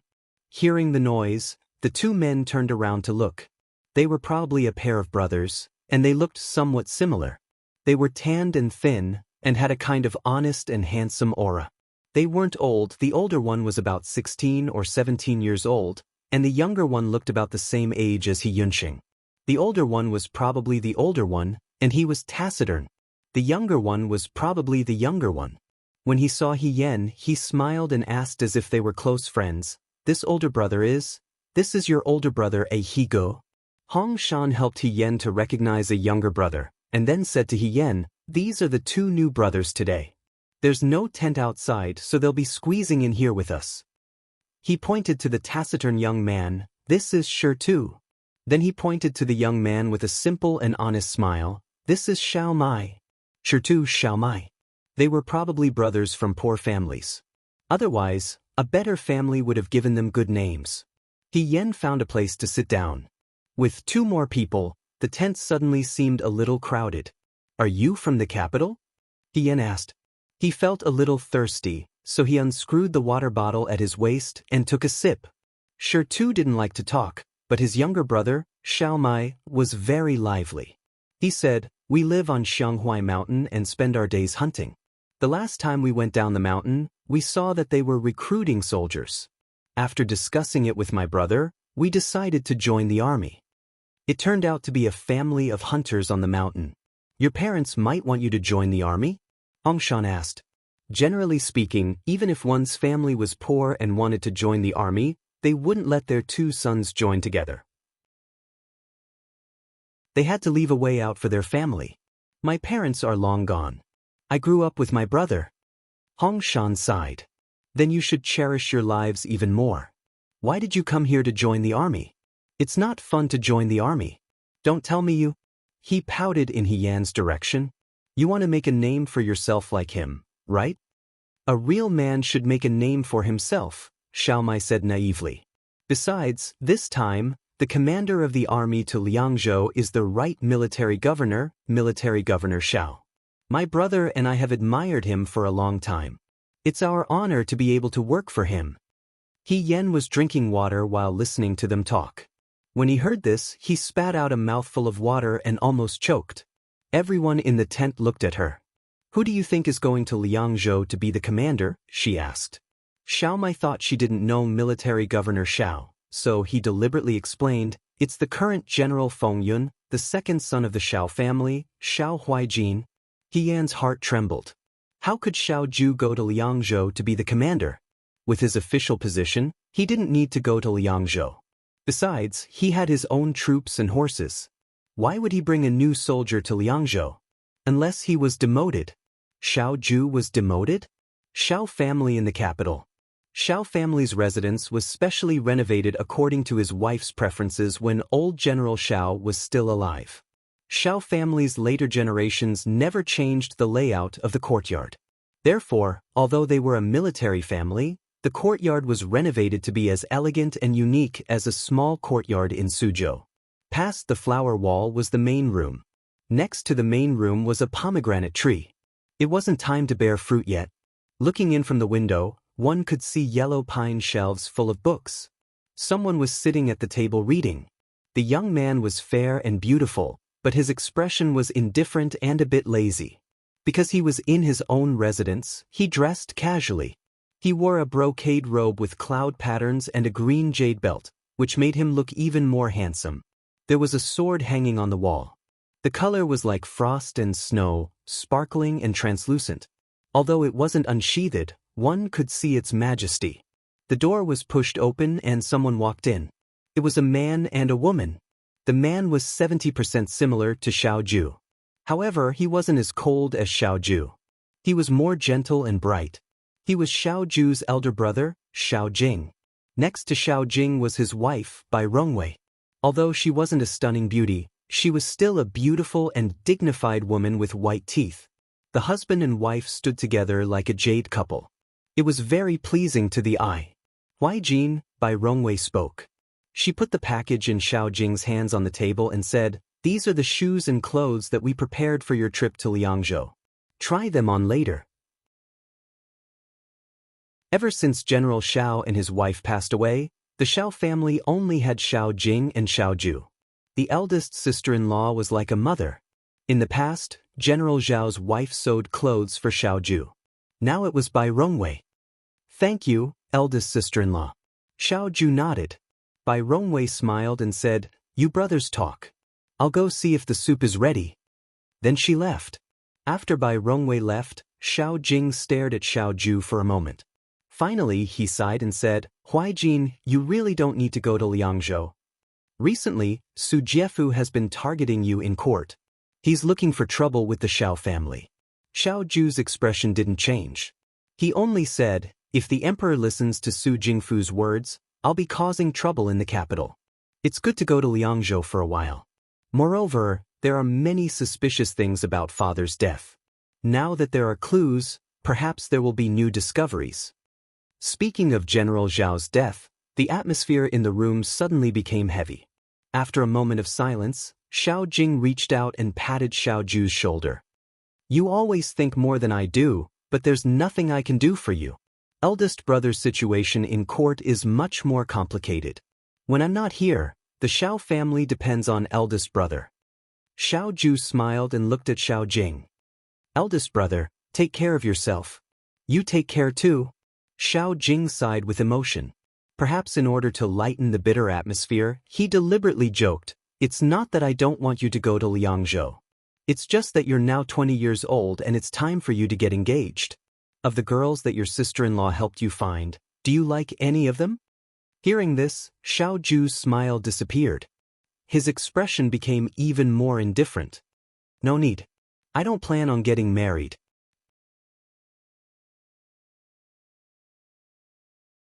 Chapter 32. The capital had been peaceful for the past few days, but there were undercurrents in the imperial court. Spring had finally come to an end, and after summer had begun, the continuous rain seemed to be endless. The entire city was covered in misty rain. Right Army Commander Xiao Huaijin volunteered to be the commander and led the new soldiers to the Liang Province Guard. After Xiao Huaijin left, the situation in the imperial court changed again. The Crown Prince's faction was elated, and the word "happy" was almost written on their faces. The common people still had no way of coming into contact with the matters of the imperial court, and they continued to live their daily lives. A few days ago, the capital Fan family's young master had been killed, and the murderer had still not been found. The Fan family had searched everywhere for the murderer, but they had failed, so they vented their anger on Lady Fan. Who would have thought that Madame Fan's family, the Minister of Household, was not an ordinary person? After waiting for a long time, after the 7th day of Fan Cheng's death, he forced Master Fan to write a letter to release his wife and take his daughter back to the manor. Tang Ying was in her prime, and her husband had died shortly after she married. How could the Tang family allow her to become a widow at such a young age? Naturally, they had to plan for her future. She and Fan Cheng had no children, so the Fan family could do nothing. In comparison, He Yen, who had been killed along with Fan Cheng and drowned in the Chunlai River, had become an insignificant supporting character in this incident. He didn't even have the right to be discussed. Other than the He family, no one mentioned him. It was as if He Yen had never existed in this world. He Yunxing went out wearing a bamboo hat as the rain grew heavier. After He Yan's accident, he had temporarily stopped going to the academy. He Yen had told him to go to the Willow Spring residence to collect the letter in 5 days. Today was already the 10th day, and He Yunxing finally found some time to go out. He was afraid that the Fan family would be waiting outside to observe his movements. He Yen had fought so hard for the opportunity for the He family, so he couldn't let it be ruined in his hands. In the past few days, he had already looked around the house. The Fan family watching the He family had all withdrawn, and only then did he feel at ease to go out. He changed into an old set of clothes so that he wouldn't attract any attention. He lowered his head and wore a bamboo hat as he walked out of the back door, braving the rain. He Yunxing lived a life worse than death for the past 10 days. He couldn't fall asleep every night. He wanted to hear news about He Yen, but he was also afraid to hear news about He Yen. Luckily, 10 days had passed and the authorities had not caught He Yen yet. Perhaps from another perspective, He Yen was safe. But he couldn't help but think, He Yen is still in the capital, where can she go? Other than the He family, she didn't have any other friends, so she was bound to wander about. Did she eat well? Did she sleep well? Did she get bullied? Thinking of this, He Yunxing quickened his pace. The reason why Willow Spring Restaurant was called Willow Spring Restaurant was because there was a spring at the back door of the restaurant. Beside the spring was a row of willow trees. There were not many people in the tavern on this rainy day. He Yunxing went in without anyone noticing. He still remembered what He Yen said at that time. Go to the west of the city. There is a tavern called Willow Spring Restaurant. There is a row of willow trees in front of the tavern. Find the third willow tree from the left and dig 3 inches down. I will leave a letter for you there. He Yunxing squatted down. He dug 3 inches down from the third willow tree from the left. The soil that he dug out was still wet from the rain. As he dug, his fingers touched something hard. He Yunxing's heart skipped a beat. His hands moved even faster. A moment later, he dug out an oiled paper bag. He didn't immediately open it to take a look. He only put the oiled paper bag into his arms and quickly filled it with the soil he dug out. Then he turned and left the tavern. After he left, he trotted back home. When he got home, He Sui wasn't there. He Yunxing went back to his room, locked the door, and took out the paper bag. He had been holding it in his arms, so the paper bag wasn't wet. It was well protected. He Yunxing opened the paper bag with trembling hands and saw what was inside. There was a piece of clothing and a letter. He Yunxing opened the letter first. The letter was probably written in a hurry. The paper was crumpled and the handwriting was sloppy. It was probably flour paper used to wrap snacks for others. There were still oil stains on it. On the side without patterns, there were a few lines of flamboyant words written with a brush. I have joined the army and am going to Liangzhou. The mountains are long and the rivers are wide. After the cold spring, the hot summer follows. I hope you will cherish yourself. When we meet again in the future, please take care. He Yunxing stared blankly at the few lines of words as if he didn't recognize them. After a moment, he finally understood. He gritted his teeth and went to take the clothing. It was a summer shirt made by the old tailor. When He Yen parted with him that day, they each wore one in order to disguise themselves. This one was neatly folded by He Yen and sent back. The material was very cold. When he touched it, he seemed to see the cool smile on the girl's face that day and her comforting words. Don't worry, we will meet again. The room was silent. After a moment, someone choked with sobs. Liar, He Yen, who was called a liar, didn't know that he was being scolded behind his back. Speaking of which, they were already on the way from the capital to Liangzhou. This time, they recruited less than 20,000 soldiers. There were new recruits on the way. Now that summer had arrived, the journey became difficult. It was fine to leave early, but by noon, they were sweating profusely. Hong Shan sat on the grass, eating dry food and picking up a leaf to fan himself. It was so hot that he grimaced. Damn it, the weather is too hot. When will we reach the end? It will take more than 2 months to reach Liangzhou from here. He Yen poured water into his mouth. Take it slow. I miss the mung bean soup in the capital. Xiao Mai smacked her lips. Put it in a bowl and soak it in the well for a few hours.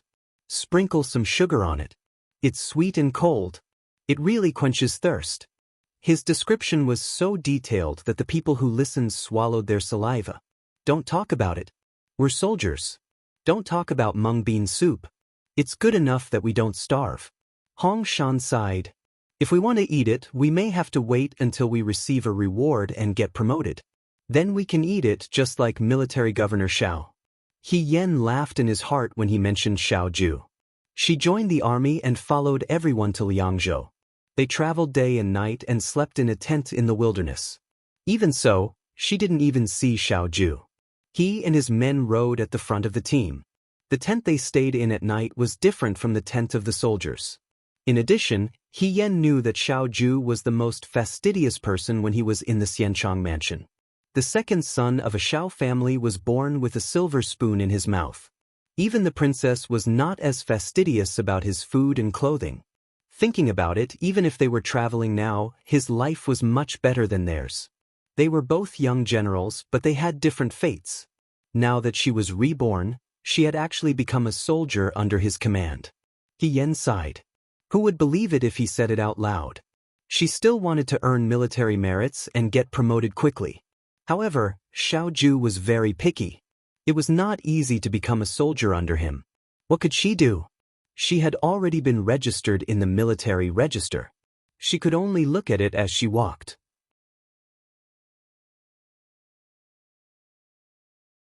Chapter 33. The 2-month journey from the capital to Liangzhou was not an easy one. They had to clear a path and fill a bridge when they met a river.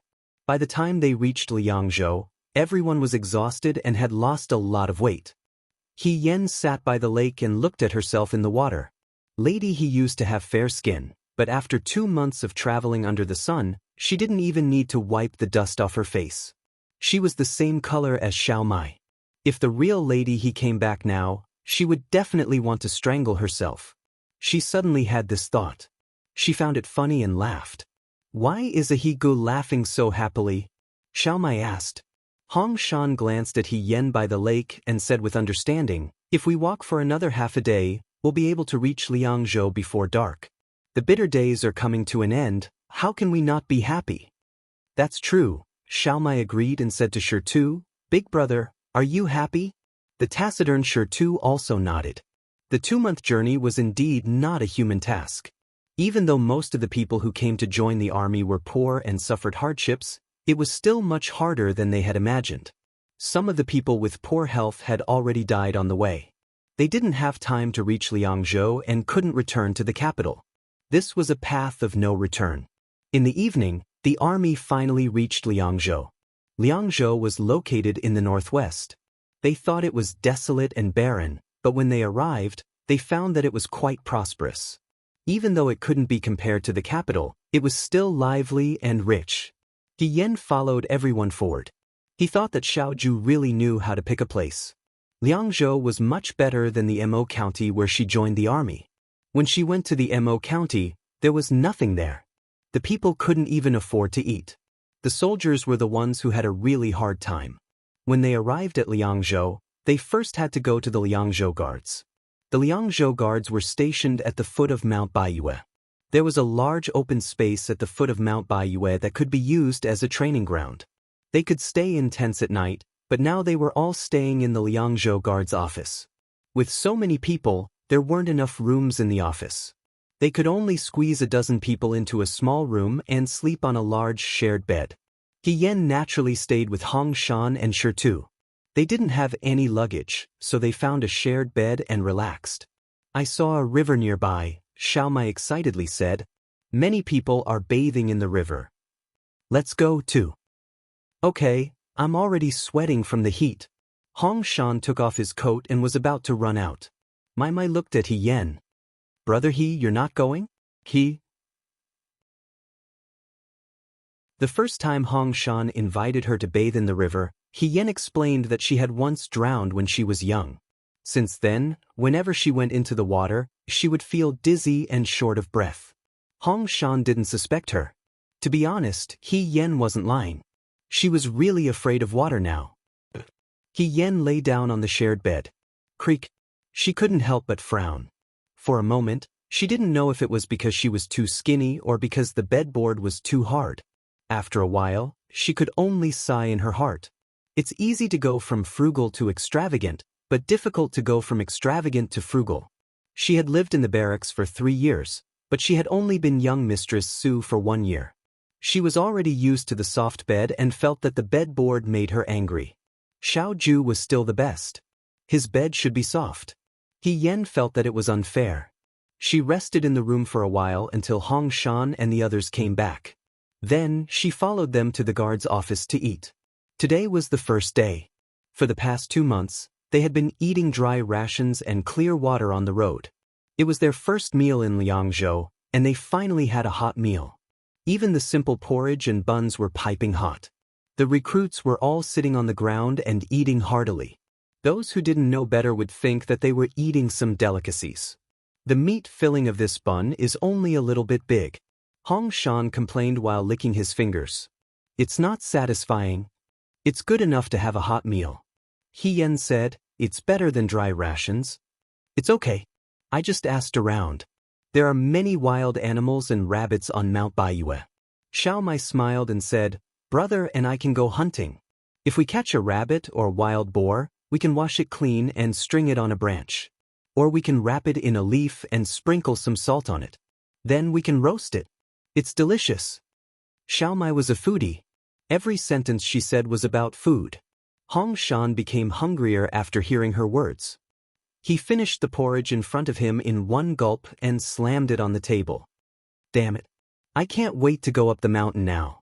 There's a military order about not going up the mountain without permission. He Yen poured cold water on them. There will be a time when we go up the mountain. Hong Shan didn't agree.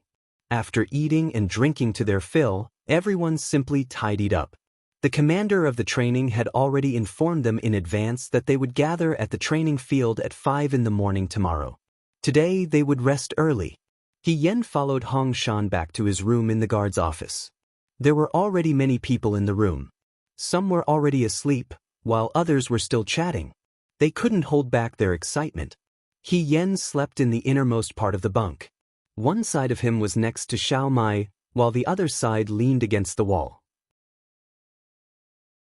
He heard Hong Shan say cheerfully on the other end, compared to the previous hurried journey, this is the life of an immortal. They had food, water, baths, and beds to sleep in. They didn't have to be exposed to the sun and rain outside. They also didn't have to be bothered by mosquitoes at night. It indeed looked much better than before. Xiao Mai said softly, if we train the soldiers here, I think it's easier than hunting in the mountains. And there are so many people here. We can play together. He Yen, silly child. How could anyone say that training soldiers was easier than hunting in the capital? These people were all joining the army for the first time. They only thought that their future would be as easy as tonight. But this was like a prisoner on death row who had to eat a meal before he was executed. After this meal, it would be their last meal. Tonight would be the most relaxing night they had ever spent in Liangzhou. Starting tomorrow, the real torture would begin. He Yen closed his eyes. He would let these silly children have their sweet dreams for a while. Sure enough, the next morning, before the sun had even risen, the loud sound of a horn could be heard from the open space outside the guard's office. Oh, it's so early. Can't you sleep a little longer? Xiao Mai turned over and rubbed her eyes. She found that He Yen had already finished dressing and was standing in front of the bed. Ahigu, why are you so early? He asked sleepily.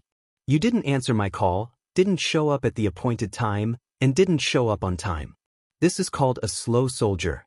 You will be punished with a military rod, she said with a smile.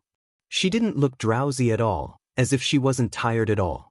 If you don't want to be flogged, get up quickly.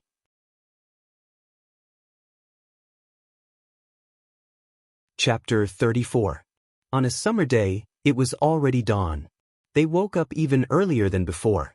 It was their first time arriving in Liangzhou last night, so everyone was excited and couldn't help but sleep late. When they arrived at the training field, everyone was sleepy and some even wore their shoes inside out. Shi Tu was fine, but Xiao Mai and Hong Shan were walking while tying their belts. The two saw that He Yen was full of energy and asked in confusion, He, aren't you sleepy? I slept early last night, so I slept enough, He Yen replied.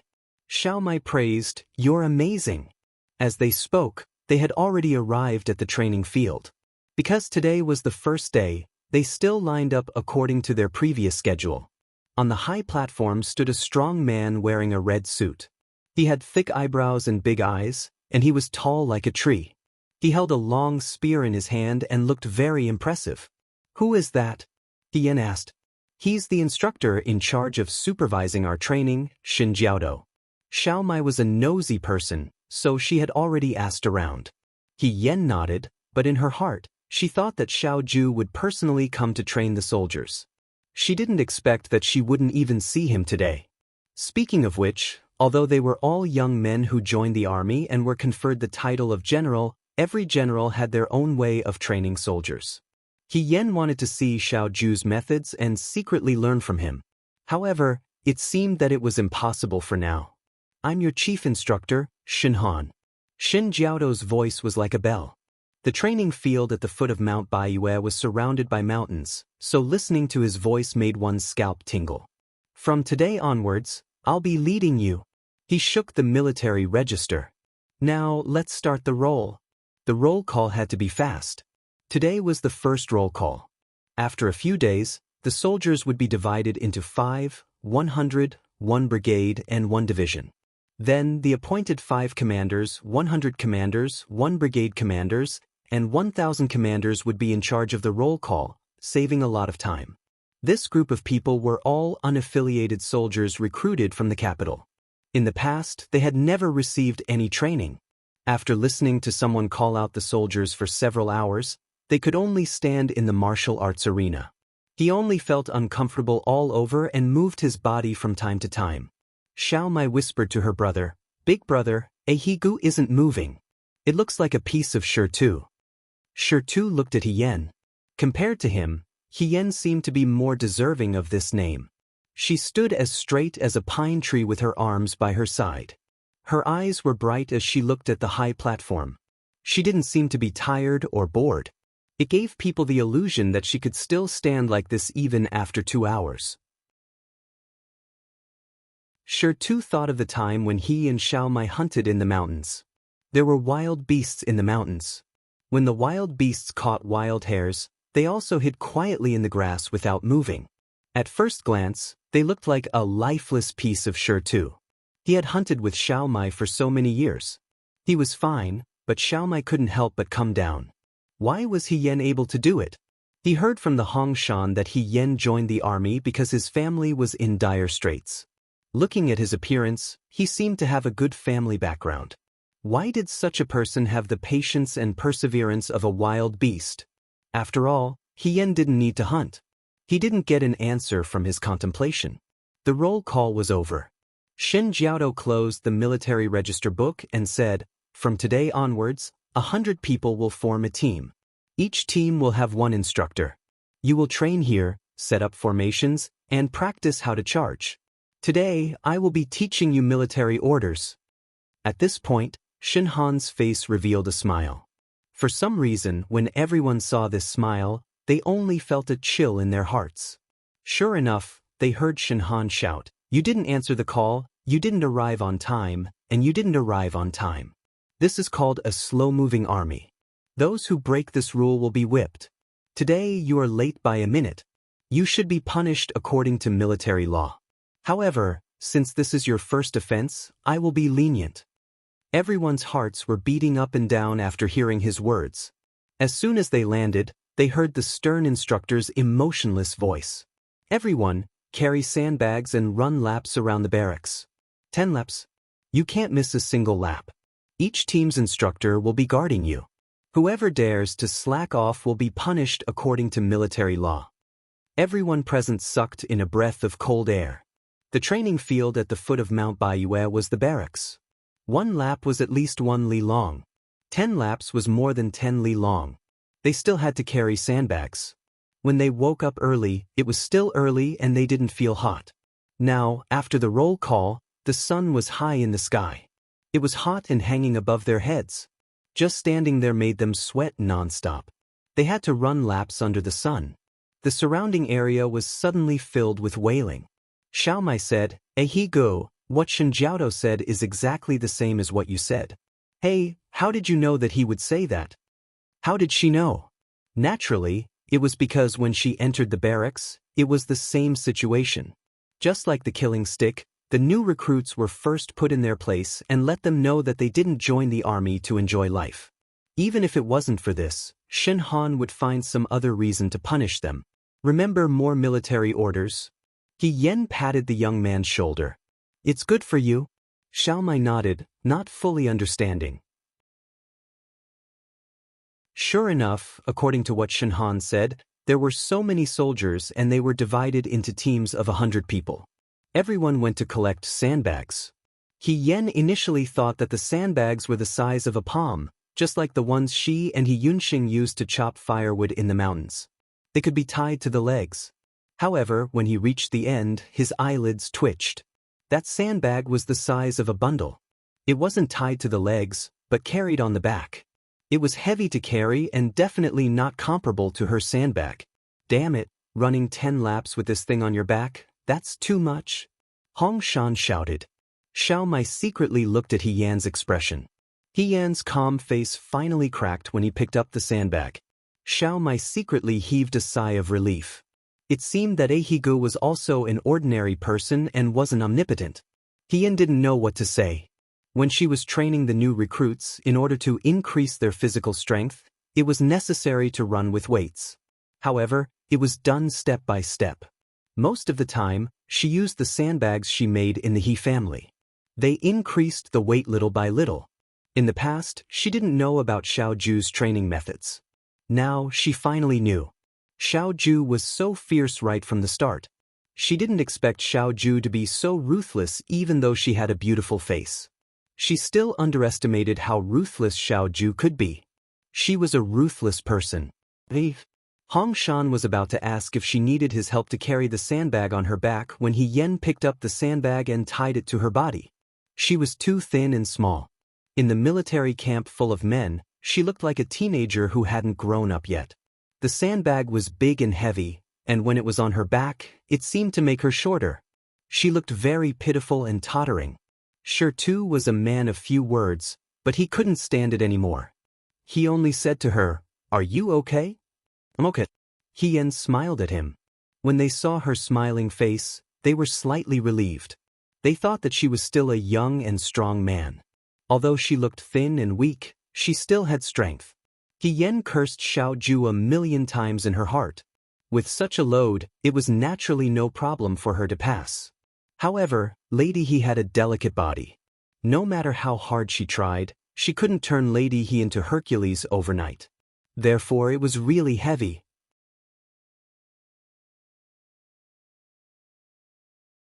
Chapter 35. 100 people formed teams and set off in order. It was a spectacular sight to see a mighty team running around the barracks at the foot of the mountain. Although everyone was complaining and yelling, they didn't delay anything. The instructor in charge of He Yan's team was called Liang Ping, and his surname was Liang. He was as fierce and ruthless as Chief Instructor Shin. He said, "Quick, get into formation and set off." At his command, everyone followed the team and started to run with weights. He Yan was carrying such a big sandbag on her back. She felt like she was carrying a piece of too, and she couldn't keep her balance. Ever since she became Lady He, she accompanied He Yunsheng to the mountains to chop firewood every day. However, she could only make her weak body healthy, or at least a little stronger than other girls her age. However, Xiao Ju's iron-blooded training method was really too much for her. He Yan in the past could do it, but He Yan in the present was very difficult. There were people constantly overtaking He Yan. Most of the people who came to join the army were tall and strong. Even those who weren't so tall were mostly from poor families and used to heavy labor. Although running with a sandbag was tiring, it was still okay. There were very few people as weak as He Yan. Only a few of them died on the way to Liangzhou. It could be said that in the Liangzhou guard station at the foot of Mount Baiyue, He Yan was the weakest one in terms of physical aptitude. Tu and Xiao Mai ran very fast. They hunted in the mountains and often had to chase after prey. Once they caught the prey, they tied it to their bodies. They were used to running around with the prey, so it was quite easy for them. Hong Shan was probably older. After running one round, he was panting. He wiped the sweat off his forehead and said, "Sigh, this is really inhumane." He didn't hear He Yan's reply. When he turned around, He Yan was already more than 10 steps behind him. He slowed down slightly and waited for He Yan to catch up. He asked, "He, can you still hold on? You look a little uncomfortable." He Yan's face was pale. Large beads of sweat rolled down from his forehead to his chin and into his clothes. Carrying a sandbag on his back, he looked just like those children on the docks in the capital who were sold by their parents to do manual labor for the gang leader. It was a pitiful sight. "I'm fine. Brother Shan, you don't have to worry about me. You run first. I can't run fast, so let me run slowly behind you." He Yan smiled and said, "You can rest in the shed after you finish running. Don't wait for me." "Why don't you tell the head instructor?" Hong Shan said hesitantly. Seeing that no one was paying attention to them, he leaned closer and whispered, Or you can secretly run fewer laps. No one will see you anyway. I know what I'm doing. He Yan laughed. Brother Shan, you go first. We'll meet up later. Hong Shan repeatedly confirmed that He Yan did not need help before he ran off with the sandbags. He Yan scratched his head and smiled helplessly. Did the instructor say he couldn't do it? How could that be possible? Once he entered the military, he would have to do it even if he couldn't. Secretly run fewer laps? How was that possible? Although there was no one around, the instructors were very smart. There were also hidden guards on the side of the road. If he really ran fewer laps, it would be a violation of military discipline. He would be dragged out and beaten. She knew this when she was a general. When she was a soldier, there was no reason for her to hide. But she wiped away the sweat on her eyelids and looked at the golden sun hanging above her head. It was so hot. Someone walked out of the city guard station. Cheng Lisu fanned himself with a folding fan and looked at the mountain peak covered by clouds in the distance. He said happily, "The scenery here is so good. It's 10,000 times more beautiful than the capital. Uncle has such good taste." Xiao Ju followed behind him. She was wearing a black gold robe embroidered with cloud patterns. There was a long sword at her waist. Her eyes were like stars and her lips were red. She was talented and beautiful. She looked like a noble child who happened to pass by. She added a layer of color to this bitter cold place. "They're running, TSK TSK TSK. Cheng Lisu shook her head. "If I had to do this, I definitely wouldn't be able to last 15 minutes. "Then you should go back." What answered her was cold mockery. What did you say?" "The wind is so strong I can't hear." "Uncle, look who's here." Cheng Lisu stiffly changed the topic. The person who came was Shin Han, Shin Jiaodo. He stopped in front of the two and bowed to Xiao Ju. "Commander-in-Chief, how are the new recruits?" Xiao Ju asked. "They look pretty good. There are a few who can't do it, but they'll get better after some practice." Shin Han replied. "What's wrong with that person?" Cheng Lisu pointed in the distance. "He looks like he's about to kneel down." On the long road, there was a short young man running. Although he was running too slowly. He had already pulled away from the group in front of him. In fact, he looked so weak that the sandbag on his back was heavier than his body. "That's Liang Ping's soldier. He's running his 4th lap." "4th lap?" Xiao Ju raised her eyebrows. The rest of the people had already started their 7th lap, but this person had only started his 4th lap. He was so far behind. He said lightly, "His aptitude is too poor." Cheng Lisu and Shin Han looked at each other and didn't say anything. If Xiao Ju said that his aptitude was too poor, it meant that he was really poor and couldn't go on the battlefield. It's okay if his aptitude is too poor. Cheng Lisu thought of something and smiled. It's not bad to be a squad leader. What if his skills are good? He Yan, who was hoped that his skills would be good, was running so fast that he didn't know what to say. The sandbag on her back was really heavy, but she had to continue. She clearly understood that the current physical training was just the beginning. After a period of time, they would gradually increase the training of skills, such as bows, knives, and arrows. However, if she couldn't even endure the physical training, she wouldn't be qualified to continue the training of skills and would be directly thrown out to be a squad leader. She didn't want to be a squad leader. Near the pergola, Hong Shan finished his last lap and finally found Xiao Mai and Shi Tu resting in the pergola. He went over and sat down next to them. Xiao Mai looked around and asked, "Where's He Gu? Hasn't he come out yet?" "I don't know. I didn't see him." Hong Shan was also a little worried. Could it be that this guy can't run anymore and won't come out? "Didn't you tell He Gu to secretly run 2 laps less?" Xiao Mai whispered. "Anyway, no one saw. I told him long ago. This guy is a stubborn donkey. He doesn't listen to me. What can I do?" Hong Shan spread out his hands. As the two of them were talking, Shi Tu suddenly said, "He's here." They followed his gaze and saw a young man running slowly towards them from the end of the long path in the forest. The sandbag on his back was too big for his body.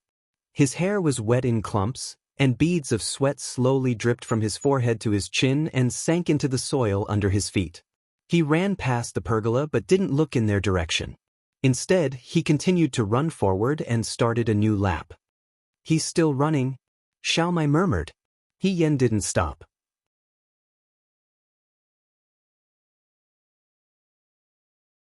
Chapter 36.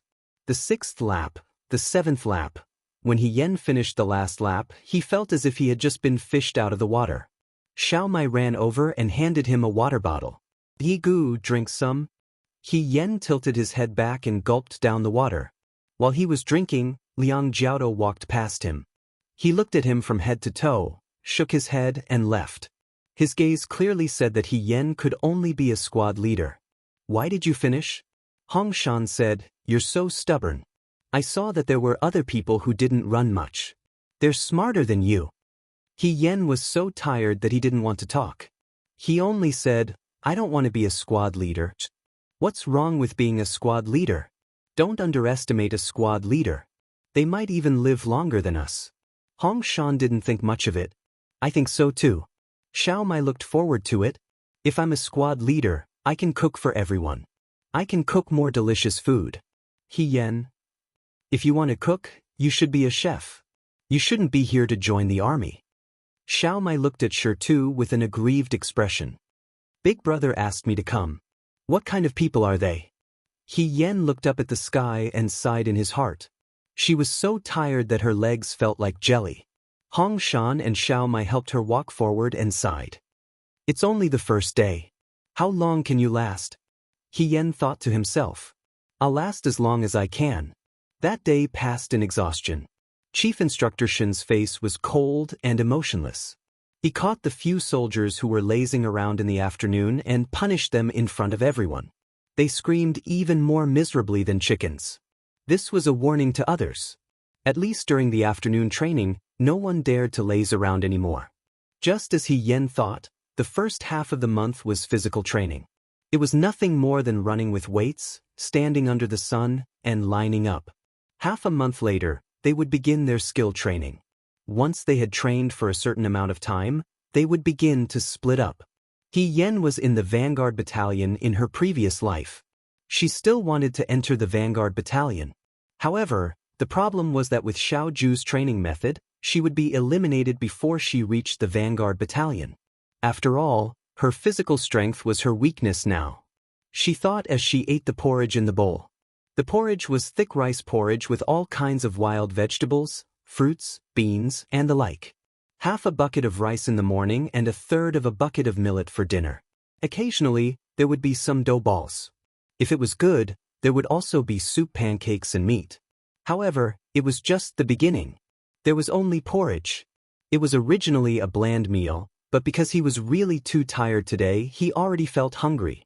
Almost no one spoke at the dining area. Everyone was engrossed in eating. If only there was wine. Hong Shan smacked his lips. Now I finally understand why you shouldn't join the army unless you have nowhere else to go. This is not something a human would do. I want to hunt. Xiao Mai bitterly curled her lips at Shirtu. Big brother, I want to eat roasted rabbit. Shirtu. Wait a few days. He Yan found it funny. Wait a few days. Even if they waited a month, they would not have the opportunity to hunt. If they wanted to run away after entering the army camp, they would be considered deserters. Deserters would be beheaded. After dinner, everyone went to take a bath. Hong Shan hesitated for a moment and asked, you really don't want to go? After being in the sun for the whole day, he was covered in sweat. His whole body smelled of sweat and was sticky. The river was already crowded with people. Hong Shan said, don't be afraid. I'll hold on to you. I guarantee that you won't fall. He Yan looked troubled. Forget it, Brother Shan. When it's late, I'll go to the river to get a few buckets of water and wash them in the shallows. Okay then. Hong Shan did not force him. You rest first. He Yan breathed a sigh of relief after Hong Shan and the others left. This was probably one of the inconveniences of entering the army camp. As a lowly soldier, they did not have a separate room in the guard station or a separate tent in the wilderness. Taking a bath was a big problem. Because of this, she used to live a restrained life. Every night when she slept, She had to be careful not to let the cat out of the bag.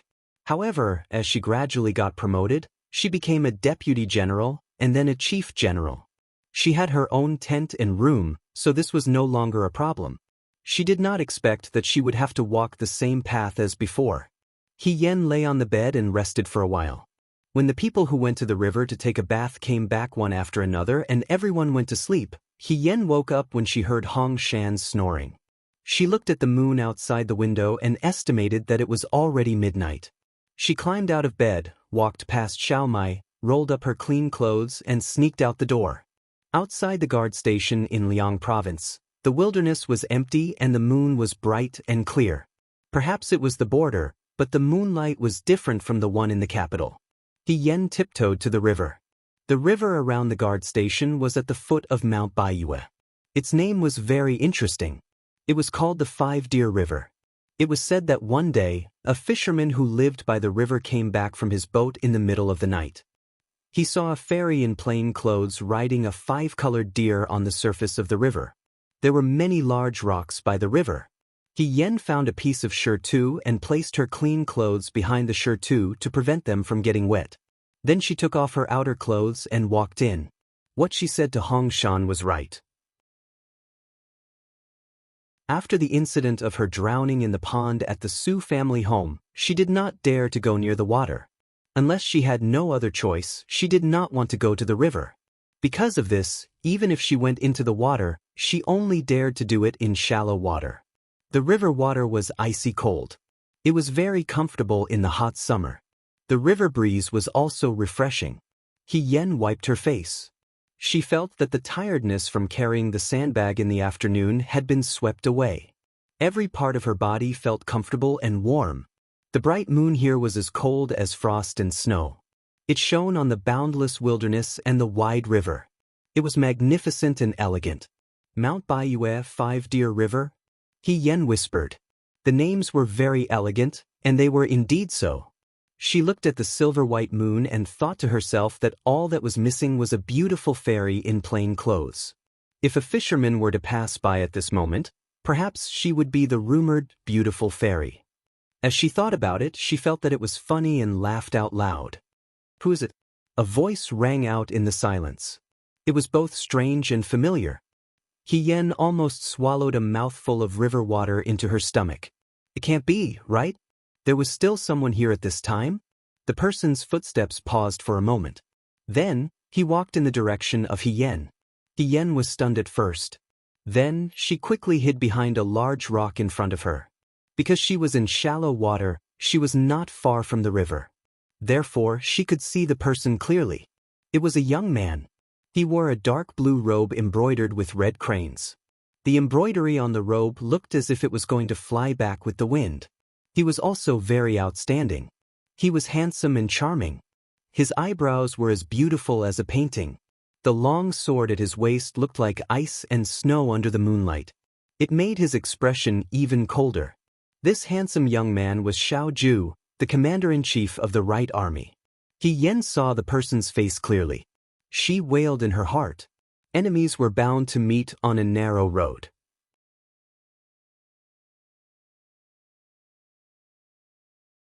Chapter 37.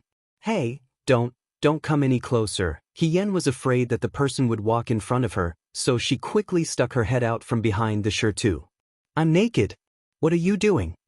The person stopped in her tracks. He Yen sighed in relief. Based on her understanding of Xiao Ju was extremely picky. Being naked in front of him was considered a breach of etiquette, so he didn't want to dirty his eyes. Who are you? What are you doing here? Xiao Ju stared at her and asked coldly.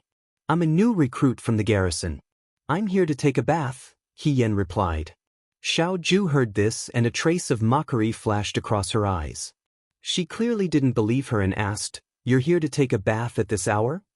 There were too many people at night, so I fell asleep in my room. He Yen looked at her. I'm not an adult here. I have my own room to take a bath in Diana. If I did, who would want to take a bath in the middle of the night? I find it cold. He Yen was referring to Xiao Ju when she said adult. She hoped that Xiao Ju could understand her sarcasm. Unfortunately, Xiao Ju didn't show any signs of guilt after hearing her words. She only looked at her calmly. He Yen lowered her body into the river and asked, "Who are you?" I'll just pretend to be a new recruit who doesn't know anything about the world. It'll be more convincing that way. Xiao Ju didn't answer her and instead said, "If you find it cold, then don't join the army." Was she refuting what she said just now? He Yen looked at her clothes behind the huge rock. If Xiao Ju didn't leave, she would have to stay in the water. However, if she stayed in the water for too long, Xiao Ju would be suspicious. "I joined the army for a reason," He Yen said. Xiao Ju looked at her and raised her eyebrows. "What's your purpose?" "Of course it's to build a career, get promoted and get rich, and become someone like General Feng Yun who achieved success at a young age. Then we can go home and build a house, marry a wife, marry the most beautiful and virtuous lady, give birth to the most adorable children, have many children and grandchildren, and live a prosperous life. What a good life." He Yen showed a yearning expression. As soon as he said that, Xiao Ju's eyes turned cold. She scolded him coldly, "How vulgar!" He Yen was overjoyed in his heart.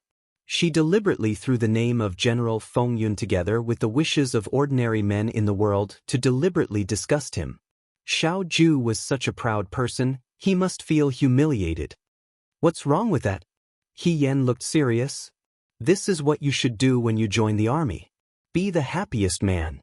Xiao Ju glanced at her as if she couldn't bear to listen to her ravings. She left in a huff, as if she didn't want to talk to her anymore. He Yen said from behind him, "Hey brother, can I trouble you to help me throw the clothes behind the rock over here? Just give me a hand." Xiao Ju naturally wouldn't help her get the clothes. He Yen waited until he was far away and completely out of sight before she quickly washed up and ran to the shirtu to change her clothes. The moonlight was silent, as if it didn't see what happened. He Yen carried the dirty clothes and walked back, but he thought about the scene when he saw Xiao Ju just now. At this time, Xiao Ju probably didn't come here to do anything. Perhaps she just came out for a walk. After all, the night was so beautiful. Speaking of which, He Yen and Xiao Ju hadn't seen each other for many years. The last time they met at the racecourse, he was afraid that Xiao Ju would find out, so he hurriedly lowered his head and didn't see clearly how different Xiao Ju was now. It was rare to see him clearly just now. It seemed that he was different from what he remembered. She knew that Xiao Ju was born handsome and beautiful in the past. Many young girls would rush forward just to look at him. But people actually became more and more beautiful. She didn't know what this person ate when he grew up, but now it seemed that he was even more charming than before. If Xiao Ju was said to have a bit of youthful charm, then that charm was completely gone now. He was like a fine jade, like a sword in a box, faintly shining. But his temperament was much colder than before. He Yen walked slowly. That year, she had a big quarrel with the He family and then joined the army. She didn't know what happened in the Xianchang restaurant. At that time, Xiao Ju was still the Xiao family's young master and everything was normal. After she joined the army, a few years later, she learned about the situation of the Xiao family's second young master from the people around her. Xiao Ju's father, Xiao Zhongwu, was a brave general of Dawei. He was best at winning with a few people. Just like Dawei, when they attacked Dawei, he was ambushed by the enemy at the Battle of Mingshui and died at the hands of the enemy leader. After General Xiao died, Xiao Ju took over the army and continued to lead the army to attack Dawei. He Yen was 15 years old when she joined the army. When Xiao Ju joined the army, he was only 1 year older than her. She didn't know what exactly happened, but she knew that Xiao Ju was only 16 years old at that time. It was definitely not simple for him to take over the army from his father's hands. Not to mention the imperial family, the Xiao family's political enemies would not let go of this opportunity to hit them when they were down. If Xiao Ju was defeated, then the entire Xiao family would be defeated as well. As a military family, the Xiao family would definitely not be able to survive with just a civil official, eldest young Master Xiao. Fortunately, the heavens were on his side. Not only did Xiao Ju win, he won beautifully. He defeated Dawei and brought the enemy's general's head back to the capital.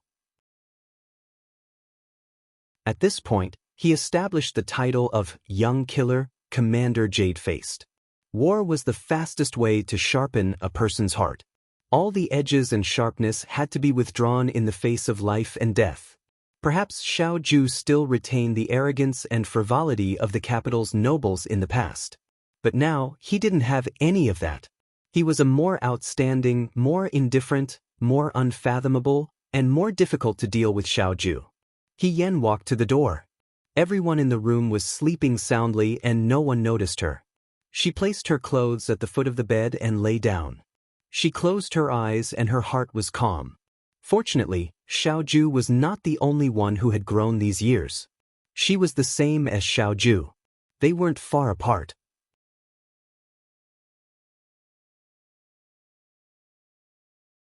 Chapter 38. The next day, they woke up at 5 in the morning and ran with weights as usual. The recruits were miserable. Because of yesterday's events, they still had to check on other things. The recruits were all dressed in red. When they woke up in the morning, they couldn't be disheveled. This included the messy beds they slept on at night. The next morning, they had to be neatly arranged. If there was a messy bed, they had to add an extra circle. Who could stand it if they added one round after another? Amidst the cries and screams, the recruits' appearance and military discipline were quickly fixed. It had only been half a month. Although the recruits didn't know how to set up formations with swords and arrows, they already looked decent. He Yan sighed in his heart. Although Xiao Ju was a bit evil, her methods were quite impressive. Compared to military governor Xiao, He Yan felt that his previous methods of training soldiers were simply too benevolent. As the saying goes, if you don't lead soldiers, then you won't keep money.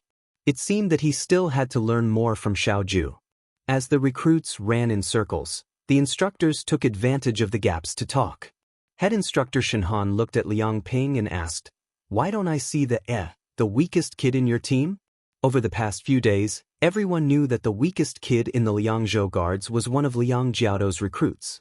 He was thin and small, and his physical strength was extremely poor. Every morning, when he ran in the morning, he would fall behind the others. It was fine if it was 1 or 2 days, but after 3 days, almost everyone knew that there was such a person. It could be said that he was notoriously weak. "You said He Yan?" Liang Ping pointed at the mountain path in the distance and said, "He's in front. Look, the one running with the middleman." Shen Han looked over and saw a youth running forward with a sandbag on his back. Although everyone was dressed in red, the youth was unusually thin and short, so it could be seen at a glance. Shen Han was a bit surprised. He didn't fall behind? How could that be? Liang Ping's face showed some complicated emotions. This kid is very strong-willed. Speaking of which, Liang Ping was not optimistic about He Yan at first. To be honest, he had been an instructor for many years and had seen many new recruits. He could tell whether or not they could become a fierce soldier just by looking at them. He Yan's physical aptitude was really too poor. Perhaps he had been pampered since he was young, so it was obvious that he did not have much strength. On the first day of his morning run, Liang Ping made a decision in his heart: I can only be a team leader. He didn't expect this kid to have such a strong personality despite his poor health. Even though he was dragging the tail every day, he still ran with the team. Liang Ping also noticed that from the first day until now, he had never tried to slack off. He had been running seriously. If a rich young master from a declining family were to be a small soldier, it would already be impressive to have such willpower and perseverance. What's more, He Yan was not doing useless work. She seemed to have mastered some kind of trick, or gradually began to adapt to this kind of weight-bearing long-distance running. In the beginning, she was lagging behind by a lot of laps. Gradually, she fell behind less and less. Now, she could barely keep up with the team. Liang Ping even had an illusion that if this continued and ran for a few more days, he might even be the one running in the front. As he was thinking, he heard Shen Han's voice from beside him. What's the use of being strong-willed? Aptitude is aptitude. Even if he can barely keep up with the running, the skill training in the future will still be too difficult for him. I don't know if he can pass the skill training. Before the skill training, the last morning run was to evaluate the physical fitness and potential of each new recruit. If there were too many people who fell behind, It would be impossible for them to even pass the skill training. Manpower was limited, so it was impossible to allocate so many troops to people who were not worthy. War was cruel. Before the cruel war, they could only choose those who could bear the cruelty. I think he can, Liang Ping said. Shen Han looked at him, and the other instructors around him also looked at him. Someone said, Liang Jiaodou, are you sure? Don't make a mistake. You have to know that after so many years, this kind of weak person can't even survive on the battlefield. Even so, Liang Ping smiled and said, you also know that the spirit has been tempered hundreds of times. It is sharp and strong. Who can be sure about this kind of thing? He looked at He Yen. The young man's forehead was full of sweat. In the hot summer, his companions who were running with him gritted their teeth. Most of them looked impatient and annoyed. He was the only one who smiled and did not seem to have any complaints. This kind of willpower was really hard to come by. He Yen did not know that he had become the topic of discussion among the instructors. She finished her last lap and put away the sandbag. Hong Shan punched her on the shoulder. Hey, good boy. You're really something. Hong Shan rubbed his chin and looked at him. Now you can even keep up with us. Are you happy now that you don't have to be the leader anymore? He Yen laughed heartily. That's great. Seeing that she looked much better than a few days ago, Hong Shan was happy for her. At this time, Xiao Mai waved at them from afar. Higu, brother Shan, hurry up. There are meat buns today. After being here for so long, there was finally meat for them. He Yen heard that and immediately salivated. Hong Shan also licked his lips and said, we finally have a good meal. Let's go, let's go. There was porridge in the iron pot, and everyone got a bowl. In the big wooden bucket beside them were steaming meat buns. They could smell the aroma from afar. The soldier in charge of distributing the meat buns stood in front of the wooden bucket. Everyone could get one. He Yen also got one. She held the bowl of porridge. There were no seats around, so she wanted to find a shady place to sit down and eat the porridge. From afar, she saw Xiao Mai waving at her from under a tree. It seemed that she had found a good spot to enjoy the cool air. He Yen was about to leave. She had only walked halfway when suddenly, someone passed by her and bumped into her shoulder heavily. She staggered and spilled the half bowl of porridge in her hand. She did not hold the meat bun tightly and it rolled down. He Yen was about to reach out to catch it when a hand reached out and snatched the meat bun away. She stood still. In front of her stood a tall man with a mustache. There was an old scar from his left forehead to his cheek. At first glance, he looked strong and powerful. He took the meat bun as if it was a matter of course. He did not even look at He Yen and continued to walk forward. A leg was placed in front of the man. The man paused and looked at the person in front of him. The young man retracted his leg. There was still a polite smile on his face, as if he did not understand what had just happened. She said, Brother, you seem to have taken the wrong thing. The meat bun in your hand is mine. The scarred man looked at him strangely. After a moment, he suddenly laughed as if he had heard a funny joke. He opened his mouth and said in a hoarse voice, Do you know what you are saying? I said. The young man said calmly, The meat bun in your hand is mine.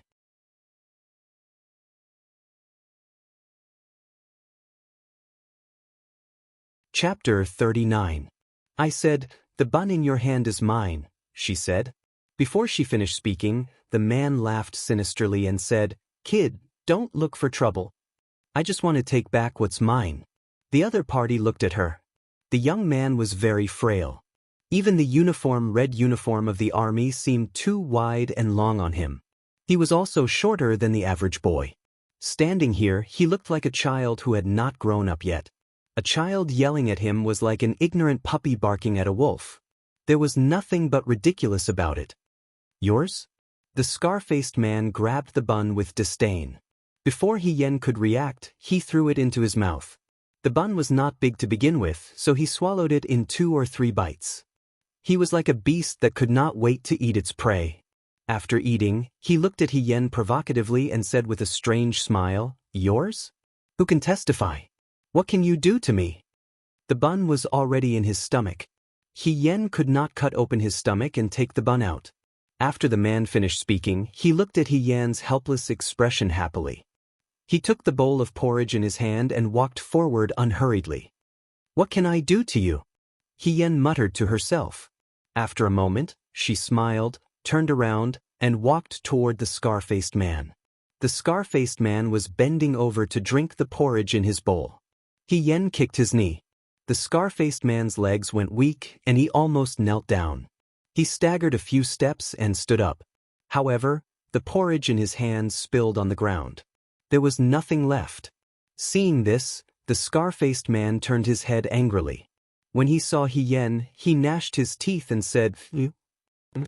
He Yan laughed and said, "I did it. Who can testify? What can you do to me?" The young man's eyes were full of slyness and a hint of provocation. It made the scar-faced man furious. The scar-faced man raised his fist and was about to step forward. "Hey, what do you want?" At this moment, a voice came from the side. It was Hong Shan and Shirtu. When Xiao Mai saw He Yan talking to Scarface for a long time, she guessed that something must have happened. She called her brother and Hong Shan over. Hong Shan and Shirtu didn't look as easy to bully as He Yan. Both of them looked strong. Scarface didn't act rashly. He just snorted coldly and glared at He Yan, saying, "Just you wait." Then he turned around and walked away. His tone was extremely vicious and full of threats. "What's wrong with you?" Hong Shan asked. "What happened?" "He snatched my meat bun, so I gave him my vegetable porridge. It's fair." He Yan tried to put it simply. Hong Shan understood as soon as he heard this. He looked at He Yan's side and said, "Why are you angry with him? You should have endured it just now." "Why should I?" He Yan asked. When she was in the army, she often encountered such things. In the army camp, it was common for the strong to bully the weak.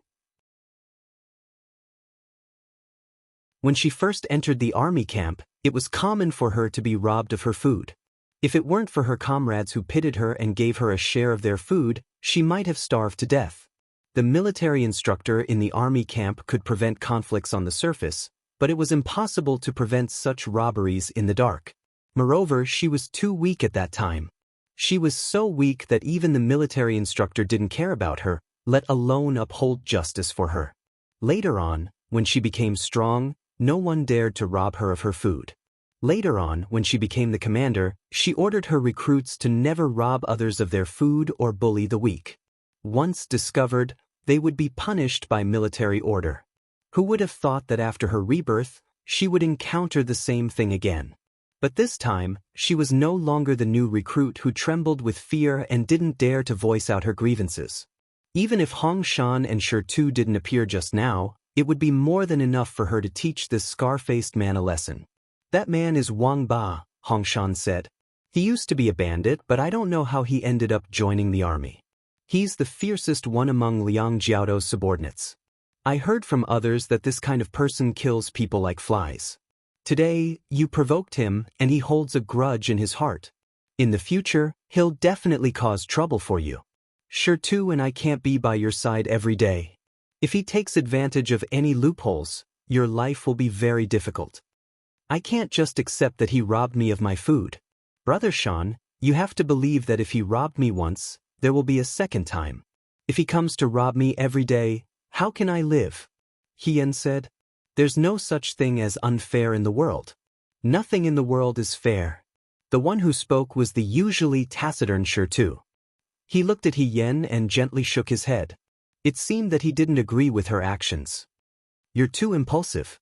If there's no fairness, then fight for it yourself. If you can't fight for fairness because you're too weak, then work hard to become stronger." He Yan smiled. "If the fist is the law here, then let him come to me. I promise. I'll let him know what fairness is." The young man spoke in a relaxed manner.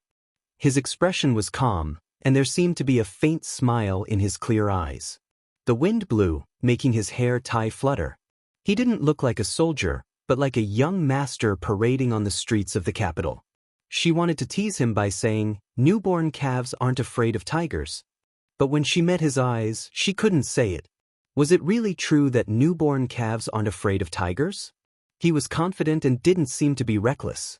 Shirtu and Hong Shan didn't say anything else. The two accompanied He Yan to the bottom of the tree. Xiao Mai knew that He Yan's meat bun was stolen. She felt that it was a pity, but in the end she clumsily comforted him. "It's okay, Ahigo. We'll be able to go up the mountain in a few days. I'll make a few slingshots to shoot birds, or a few traps to catch rabbits. When the time comes, we'll eat wild game. It's much better than the meat in the meat bun." He Yan couldn't help but laugh. After finishing the porridge in the bowl, she leaned against the tree trunk and rested her head with her hands behind her head. The sun lazily shone down, and there was a rare moment of coolness under the tree. She closed her eyes, and her mind was in a whirl. Although it was a pity to lose a meat bun, she didn't have to be so calculative about it. When the army was marching to war, sometimes the soldiers' pay couldn't keep up, and they were forced to defend the city. Not to mention meat bun, not to mention vegetable porridge. Sometimes they even had to eat tree bark and grass. The worst time was when she ate guanyin clay. She ate until her stomach was bloated, and she risked her life to defend the city. Compared to that time, she was already very happy. But the wind blew past her cheeks. He Yan curled up the corners of her mouth. If she guessed correctly, it would take at most 5 days. After 5 days, the skill training would begin. Some people would be assigned to be the vanguard. With her current physical strength, she probably had the qualifications to participate in the skill training. But how could she prove her worth in the shortest time possible and prove that she was qualified to join the vanguard? This was a problem.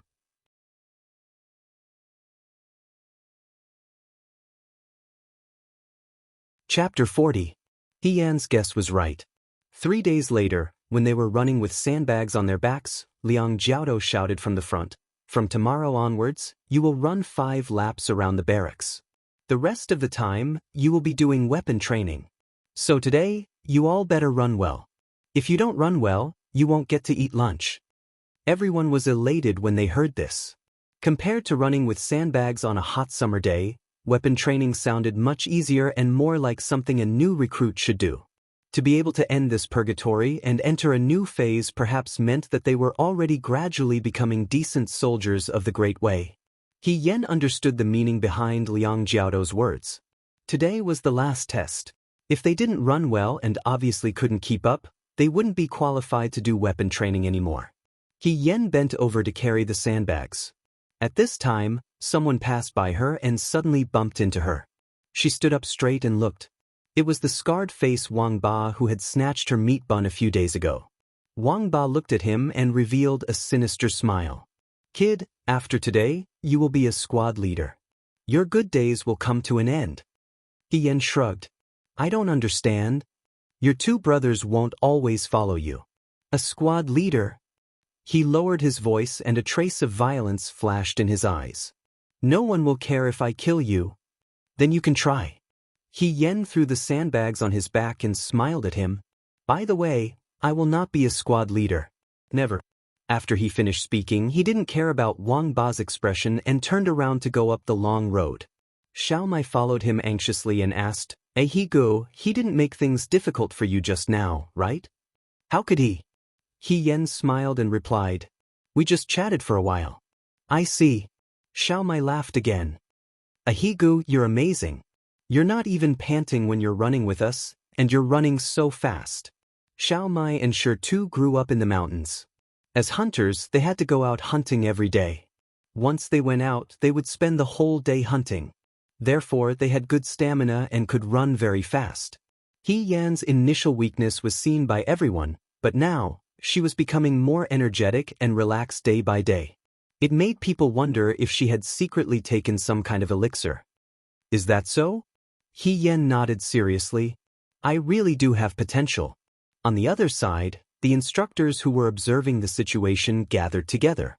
Half a month of daily long-distance running was not only to train the physical strength of the recruits, but also to judge the aptitude of the recruits. They would record every day, and today would be the last time.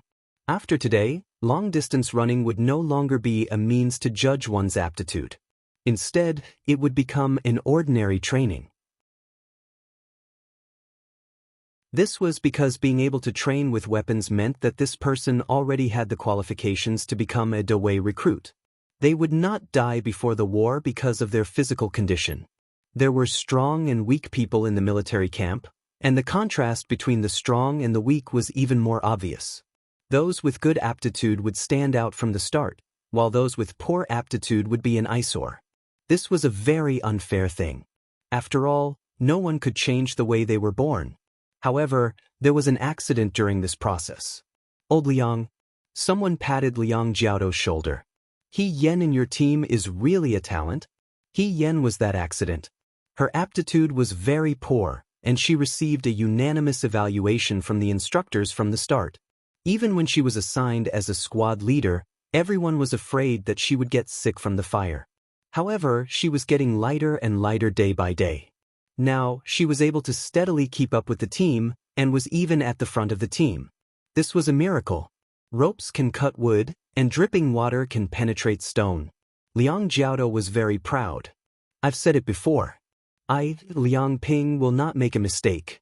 This kid's determination is hard to come by. He can do anything well. Don't boast. The person who poured cold water on him was called Du Mao.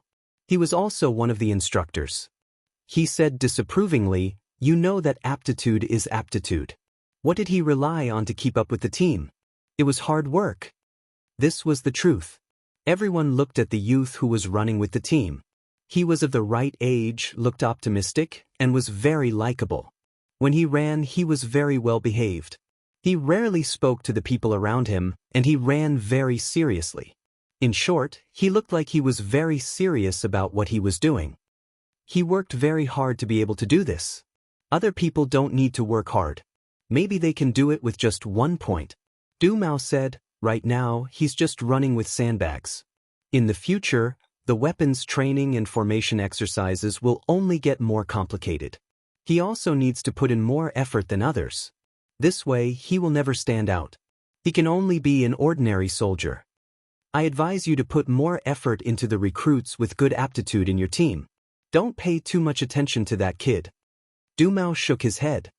It's meaningless. I can't win an argument with you. I'm too lazy to argue with you. Liang Ping was not very happy with his words. He took his spear and left. However, as he walked, he began to mutter in his heart. As instructors, they had led many soldiers. In the end, those who could survive on the battlefield or make contributions were usually those who performed amazingly at the beginning and had outstanding qualities. That young man could only work hard, but was it really useful to work hard? He Yen finished running for the day in one breath. He received his meal and finished it.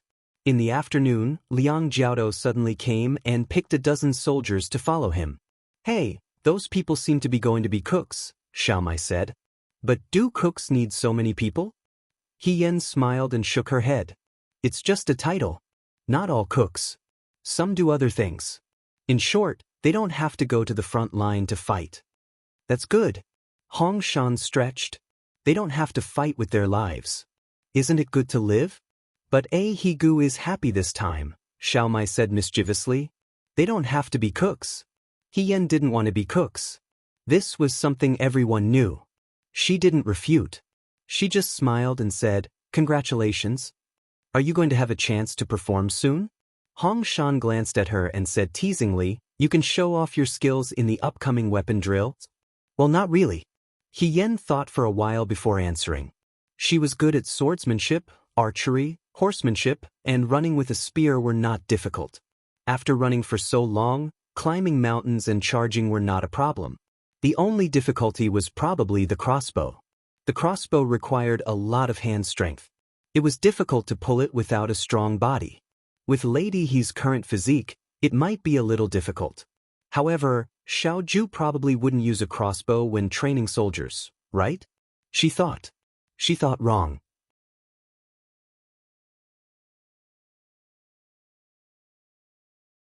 Chapter 41. The next day, just as Liang Jiaodo had said, they ran half of the laps and finished early. It wasn't even time for lunch yet. Then, all the recruits were brought to the training field. The training field next to the Liangzhou guard station was huge. It was probably because there was a large open field at the foot of the mountain that could accommodate everyone. He Yen looked around and thought that this was indeed a good place to train. It was noon and the sun was high up in the sky. There wasn't even a trace of wind. The flags on the high platform were stuck to the flagpoles, making the recruits look listless from the sun. From today onwards, you will begin weapon training. Chief Instructor Shen slammed his long spear on the ground. Everyone was shocked and looked at him attentively. Do you see that open field? Shen Han pointed his long spear to the north. Next to the open field near the weapon rack, there were dozens of crossbows in rows, staring at them aggressively. 100 steps in front of the crossbows, there were arrow targets neatly arranged. From today onwards, all of you will start learning how to use the bow. Chief Instructor Shen ordered. The following days were once again packed with students. For a moment, everyone didn't know whether to laugh or cry. Wow. Archery is my favorite. Xiaomai was probably the happiest. Brother, it's our turn to show off. He Yen asked Shi, the bows you use for hunting aren't this heavy, right? Shi looked at the crossbow for a while and shook his head. No, it's lighter than this. It's also not made from cow horns. I made it from bamboo. It's pretty much the same, Xiaomai said happily. Suddenly, she thought of something and asked He Yen, He Ge, can we borrow this bow to hunt rabbits in the mountains? He Yen. Train hard, don't dream about it. As usual, the recruits were divided into teams. Each team was led by the head instructor to practice crossbow. The head instructor demonstrated first. He pulled the bow and released an arrow. The arrow flew into the middle of the target with a whoosh sound. It was very firm. The recruits burst into cheers, and the head instructor had a pleased expression on his face. He Yen could not help but praise him in his heart. Liang Ping was not a fake. He was really capable. Such a person would be an expert on the battlefield. The soldiers in the barracks were all very excited and eager to give it a try. One after another, they came up to test the bows. Some people were born with great strength and could draw their bows to the fullest. Although they couldn't shoot accurately, they could shoot far. Some of them had already touched a bow and arrow before, so they were more familiar with the posture. Most of the recruits had strength but no accuracy. Their arrows were crooked, and before the arrows could reach the target, they would break in midair and fall to the ground. After all, he had drawn his bow and shot an arrow. Hong Shan also went up to try. He was born strong and could draw the bow well, but his accuracy was not good. He fell down when he reached the edge of the target. He didn't think much of it and even felt very satisfied. He nodded and said, Not bad, not bad. Shi and Xiaomai followed closely behind. Shi's hand strength was steadier and stronger. The arrow flew out of his hand with a whoosh sound and did not hit the target. Although it did not hit the target, it was still in the middle. Liang Jiao looked at him in surprise and asked, What's your name? Have you touched a bow before? My name is Zhong Shi. I used to be a hunter, Shi said in a deep voice. No wonder. Liang Ping nodded with satisfaction. He was naturally happy that there was a good seedling in the team. Xiaomai went up to him and said, My name is Zhong Xiaomai. I'm his younger brother. I used to be a hunter too. Liang Jiao was a little expectant. He said, Why don't you try? Xiaomai followed Shi's example and pulled the bow.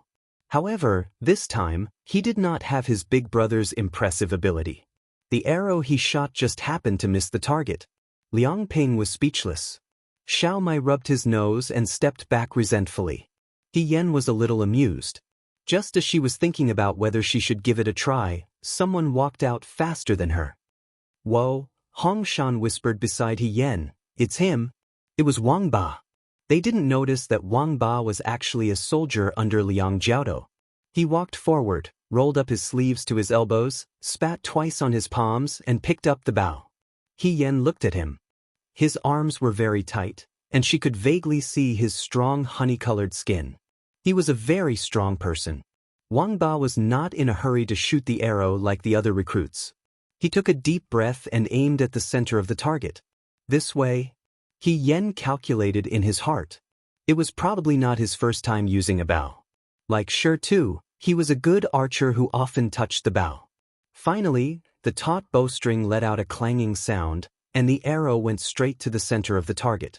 Everyone only saw a white light flash in front of their eyes, and then the grass target in front of them was hit by the force of the arrow and fell to the ground with a bang. The arrow did not hit the center of the target. Only a little bit of the arrow feather was exposed. Not only did the arrow penetrate the grass target, but it also brought the target down. He Yan could not help but sigh in his heart. This was a very amazing arrow. Wang Ba was strong and steady.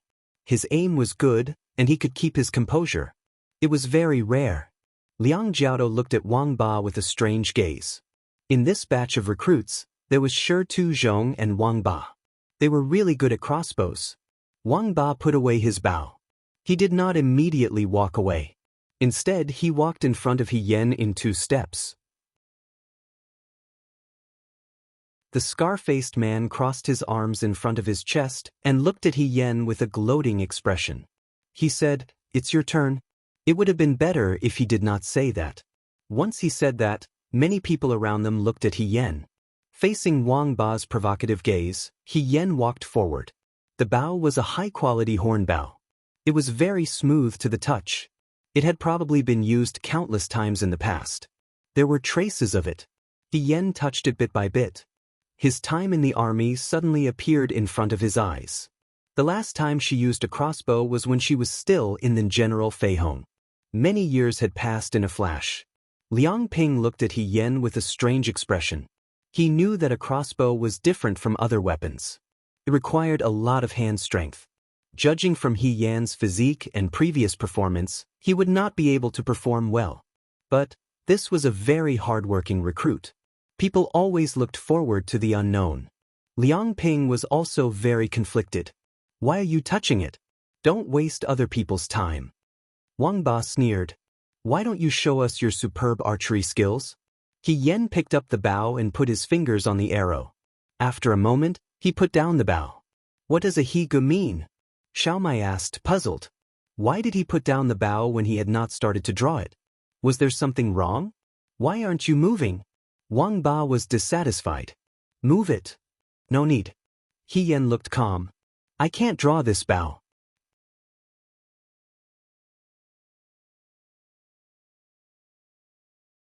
Chapter 42. This bow, I can't draw it? The surrounding recruits looked at He Yan in a daze. Liang Jiaodo also raised his head in disbelief, almost thinking that he had misheard. What did he mean by, "This bow, I can't draw it"?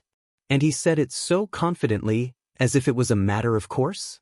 He had led so many soldiers, but this was the worst one he had ever led. He was so angry. "What nonsense are you talking about?" Wang Ba also didn't expect He Yan to be so honest. He thought that He Yan naturally had some special skills when he acted so arrogantly that day. This result was simply unacceptable. "Right now, I don't have enough strength in my hands to draw this bow. Why waste time? Give the crossbow to the brothers who need to practice. In a few days, when I have enough strength in my hands, I will be able to draw the bow." "He Yan, the City Guard institution is not a place for you to play." Liang Jiaodo's face also darkened. He thought that this young man was hard-working, willing to endure hardships, and determined to succeed. He didn't expect him to say his own incompetence so matter-of-factly. "I don't think of it as a place for me to play." The young man's eyes were clear. After some thought, he made a concession. "Then in one more day, I will be able to draw this bow tomorrow. How about it?" Liang Jiaodo was so angry that his nose was crooked. Tian. He actually bargained for him. Did he think the City Guard institution was a market? Previously, he was very satisfied with He Yan's running while carrying weights. He was improving day by day, but the crossbow was not a simple matter. The strength in the hands was not something that could be trained overnight. Where did he get the confidence that he could draw the bow tomorrow? Liang Jiaodo began to regret not listening to Du Mao. He shouldn't have paid so much attention to He Yan. He shouldn't have made him a squad leader so that he wouldn't be angering himself. At his age, what would he do if something happened to him? He really didn't want to see He Yan's innocent face. Liang Jiaodo waved his hand at He Yan. "Stop pulling. Go over there. Carry the sandbag and run. 5 laps." He Yan replied slowly. He obediently walked to the side, picked up the sandbag, and went up the long road. He was obedient, but the feeling of punching cotton made Liang Jiaodo even more frustrated. He turned his head away and decided not to look at the young man who made him angry. He Yen ran slowly, and a person appeared beside him. It was Wang Ba. "Brat, how dare you come to the barracks when you're so weak?" Wang Ba laughed wildly. "How dare you boast when you can't even draw a bow?" "Brother," He Yen said as he ran, "you've been watching me all day. Are you really afraid of me?" "Afraid of you?" Wang Ba was stunned. "If you're not afraid of me, you don't have to follow me around all day, afraid that I'll steal your limelight." "Who's afraid of you?" Wang Ba wanted to curse out loud. What kind of person was this? He was invulnerable. He had his own way of saying it. "You should know that private fights are prohibited in the army." He Yen made a gesture. "If you're caught, you'll be punished with a rod. There are guards everywhere in the mountains. Even if you want to find trouble with me, now is not a good time." That was true. Wang Ba stared at him and said with a fake smile, "If I want to find trouble with you, why do I have to do it in private? You can't even draw a bow. On the martial arts field, I can make you kneel down and beg for mercy." He Yen answered casually, "Okay, then I'll see you on the martial arts field. Be there or be square." After that, she seemed to be in a hurry. Carrying the sandbag, she quickened her pace and ran away, leaving Wang Ba far behind. Wang Ba looked at her brisk figure and felt that it was extremely irritating. He cursed and turned to walk away. Today's crossbow training finally came to an end after the sun had set in the west. The recruits rushed over to find food and were eager to fill their stomachs. The instructors gathered together and ate dinner while talking about the anecdotes in their respective teams. If there were recruits with good aptitudes, they would show off to them. Liang Ping originally wanted to praise Wang Ba and Shi Tu, but when he thought of He Yen, he felt stifled. He was afraid that someone would mention him, so he just lowered his head and ate silently. He didn't expect that the more he feared, the more it would happen. Du Mao asked with concern, "Old Liang, how's He Yen in your team today?" Liang Ping didn't know what to say. The instructor next to him laughed and said, "Him? Today, he gave up before he could even draw the bow. He said, 'I can't draw this bow.'" He imitated He Yan's calm tone, but with his expression, it seemed to be mocking. At that time, old Liang was so angry that his face turned green. He didn't even draw the bow? Du Mao was also very surprised. That's too ridiculous. That kid doesn't look like someone who can stay in the military camp. You don't know, but he said that he would be able to draw the bow tomorrow if he gave him one day. I was wondering where old Liang found such a treasure. I really doubt him. The instructor who spoke pointed to his head. There's a problem here. As they were talking, someone came in. The instructors turned around and saw Xiao Ju and Chung Lisu walking in. Everyone immediately put down their bowls and chopsticks, stood up and saluted. "Commander-in-Chief, young Master Cheng. I heard you guys talking from afar. What are you guys laughing about?" Cheng Lisu asked with a smile. This young man was used to looking happy. He had been eating and drinking in the Liang province guards these past few days, enjoying himself. Although they didn't know why this young master who lived in luxury in the capital didn't stay at home and enjoy life, but came to the Liang province guards, since he was brought here by Xiao Ju, they had to give him some face and didn't dare to slight him. It was the same instructor who had mocked Liang Ping at the beginning who spoke first. "We were talking about the training of the new recruits today.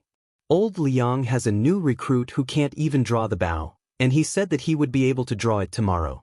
Young Master Cheng, don't you think that's funny?" "Huh? He can't even draw the bow. Doesn't that mean he's worse than me?" Cheng Lisu was shocked. He was already the weakest of the young masters in both civil and military matters, but he could still draw the bow. He didn't expect to meet someone who was weaker than him here. He immediately became interested. He turned to look at Xiao Ju. "Uncle, did you hear that? At least in the Liang province guards, I'm not the worst." Xiao Ju glanced at him, as if he didn't want to pay attention to him. Cheng Lisu was given the cold shoulder, but he didn't get angry. Instead, he turned to the instructors in high spirits and asked, "What's that warrior's name?" We have such similar interests. I must meet him properly and become sworn brothers. Liang Ping. Hey, old Liang, what's that new recruit's name again? The instructor who spoke tried hard to recall. What? What did he do wrong? Why did the heavens treat him like this? He had embarrassed himself in front of the commander-in-chief.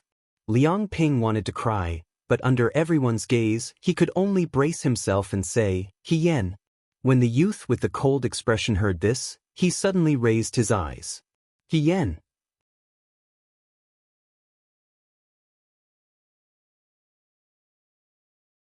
Chapter 43.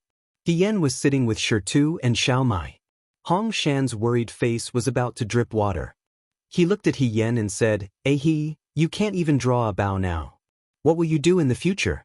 Why don't we go talk to Liang Jiaodo and tell him that you'll be a team leader? Although it doesn't sound very glorious, you're lucky. Isn't that right, Xiao Mai? He nudged Xiao Mai with his elbow, hinting for Xiao Mai to say something. Xiao Mai stammered in agreement. That's right, He Go. Even if you become a team leader, we'll still come to see you often. He Yen smiled and didn't say anything. Hong Shan was really worried when he saw this. After interacting with He Yen these days, he and this young man's temperament was unusually congenial. Compared to his brother, who was spoiled and sometimes gave him a headache, He Yen was much more sensible. His ideal brother should be like this.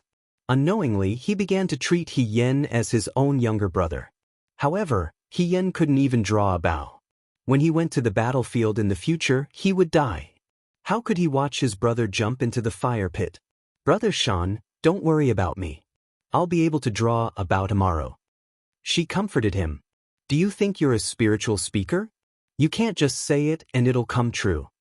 Hong Shan was flustered and exasperated. Why can't this child understand? Shirtu, who had been silent all this time, was silent for a while. He asked, Do you have any tricks? He Yen thought for a while. I've always been a person with poor aptitude. There are many things that I can't do. I have no choice but to try a few more times. Later, I found out that as long as I try a few more times, I can succeed. After saying this, He Yen sighed. It was rumored that General Fengyan was a natural star general, a genius bestowed by the heavens, but how could she be so miraculous? So much so that because she was a woman, her innate physical strength was weaker than a man's. In other words, her aptitude was not good.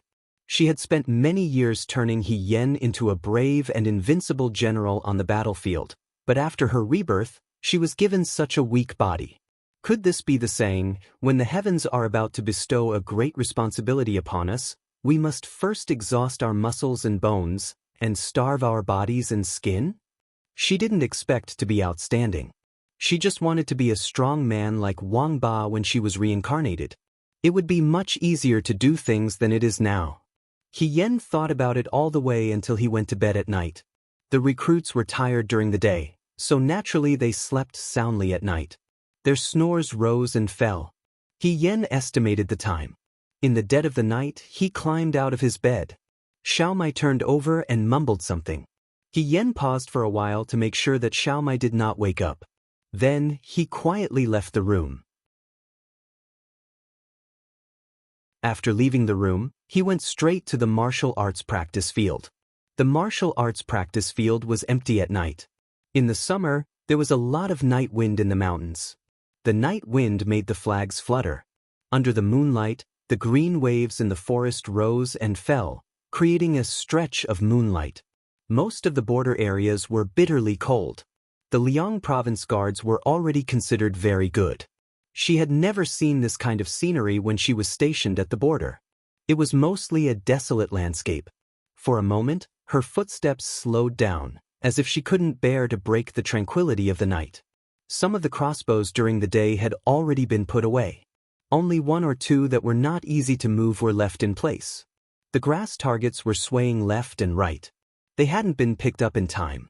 After the morning run tomorrow, there would be recruits who would clean this place up. He Yen walked to the row of grass targets. After searching for a long time, she felt around in the darkness and found an arrow that had fallen to the side. She took the arrow and walked back to the crossbow. She had to spend a lot more time doing things that others could do easily. However, she had no choice but to do it. If she didn't do it, she would have to do it for the rest of her life.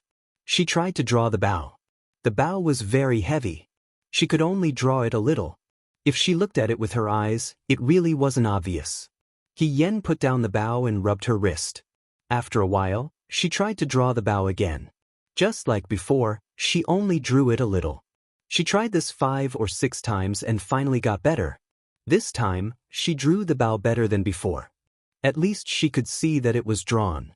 Yen breathed a sigh of relief. In fact, she didn't have much confidence in what she said to Liang Jiaodo during the day. It was because he hadn't even mentioned a heavy object in the past 10 years. When she first came to the He family, she only cut a piece of firewood and her hand was cut. Drawing the bow was really a bit difficult for Lady He. However, the situation at the time forced her to say that if she couldn't draw the bow tomorrow, then it would be a different matter. At worst, she could just act shamelessly in front of the instructor and try a few more times. When it comes to matters in the world, those who put in the effort will always have better results than those who didn't. She didn't have any talent. The only thing she had was this hard work. However, in this world, there was something that couldn't be obtained even if one worked hard for a lifetime. That was the human heart. She sacrificed herself for the He family and gave all her love for Su Zhiheng. She had already worked so hard, but it was still fruitless. Yan's eyes drooped. She put her fingers on the bow and shot an arrow. This arrow seemed to want to vent all her pain.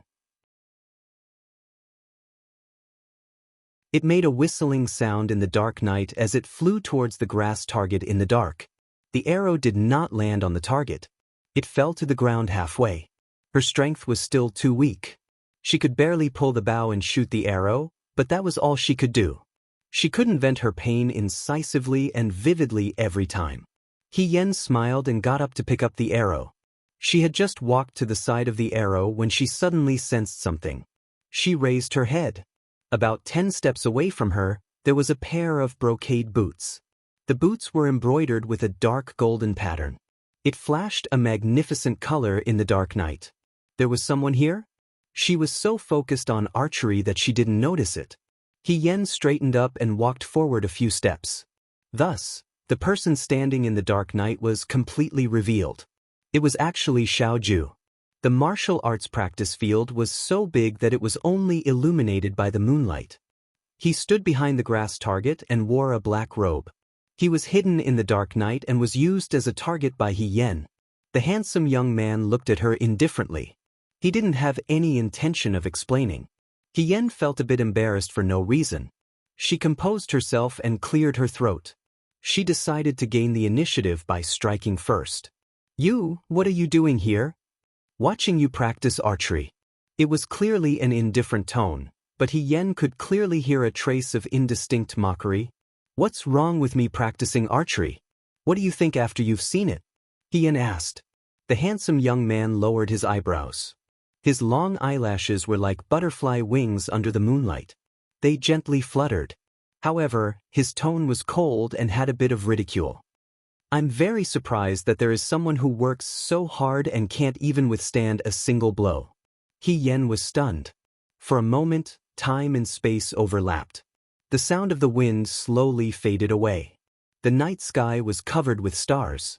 The figure of the young man in front of her gradually blurred and turned into the back of a young man, whose voice fell into her ears. It had a familiar mocking tone. "I didn't expect that there would be someone who works so hard. What a weakling." You're tuning in to the Passion Pages YouTube channel. We're so grateful for your support, and don't forget to subscribe to join us on this incredible journey through captivating stories. Your generosity through donations truly makes a world of difference, as it's the primary source of revenue that allows me to expand and enhance this channel for you. Thank you from the bottom of my heart for being a part of this adventure.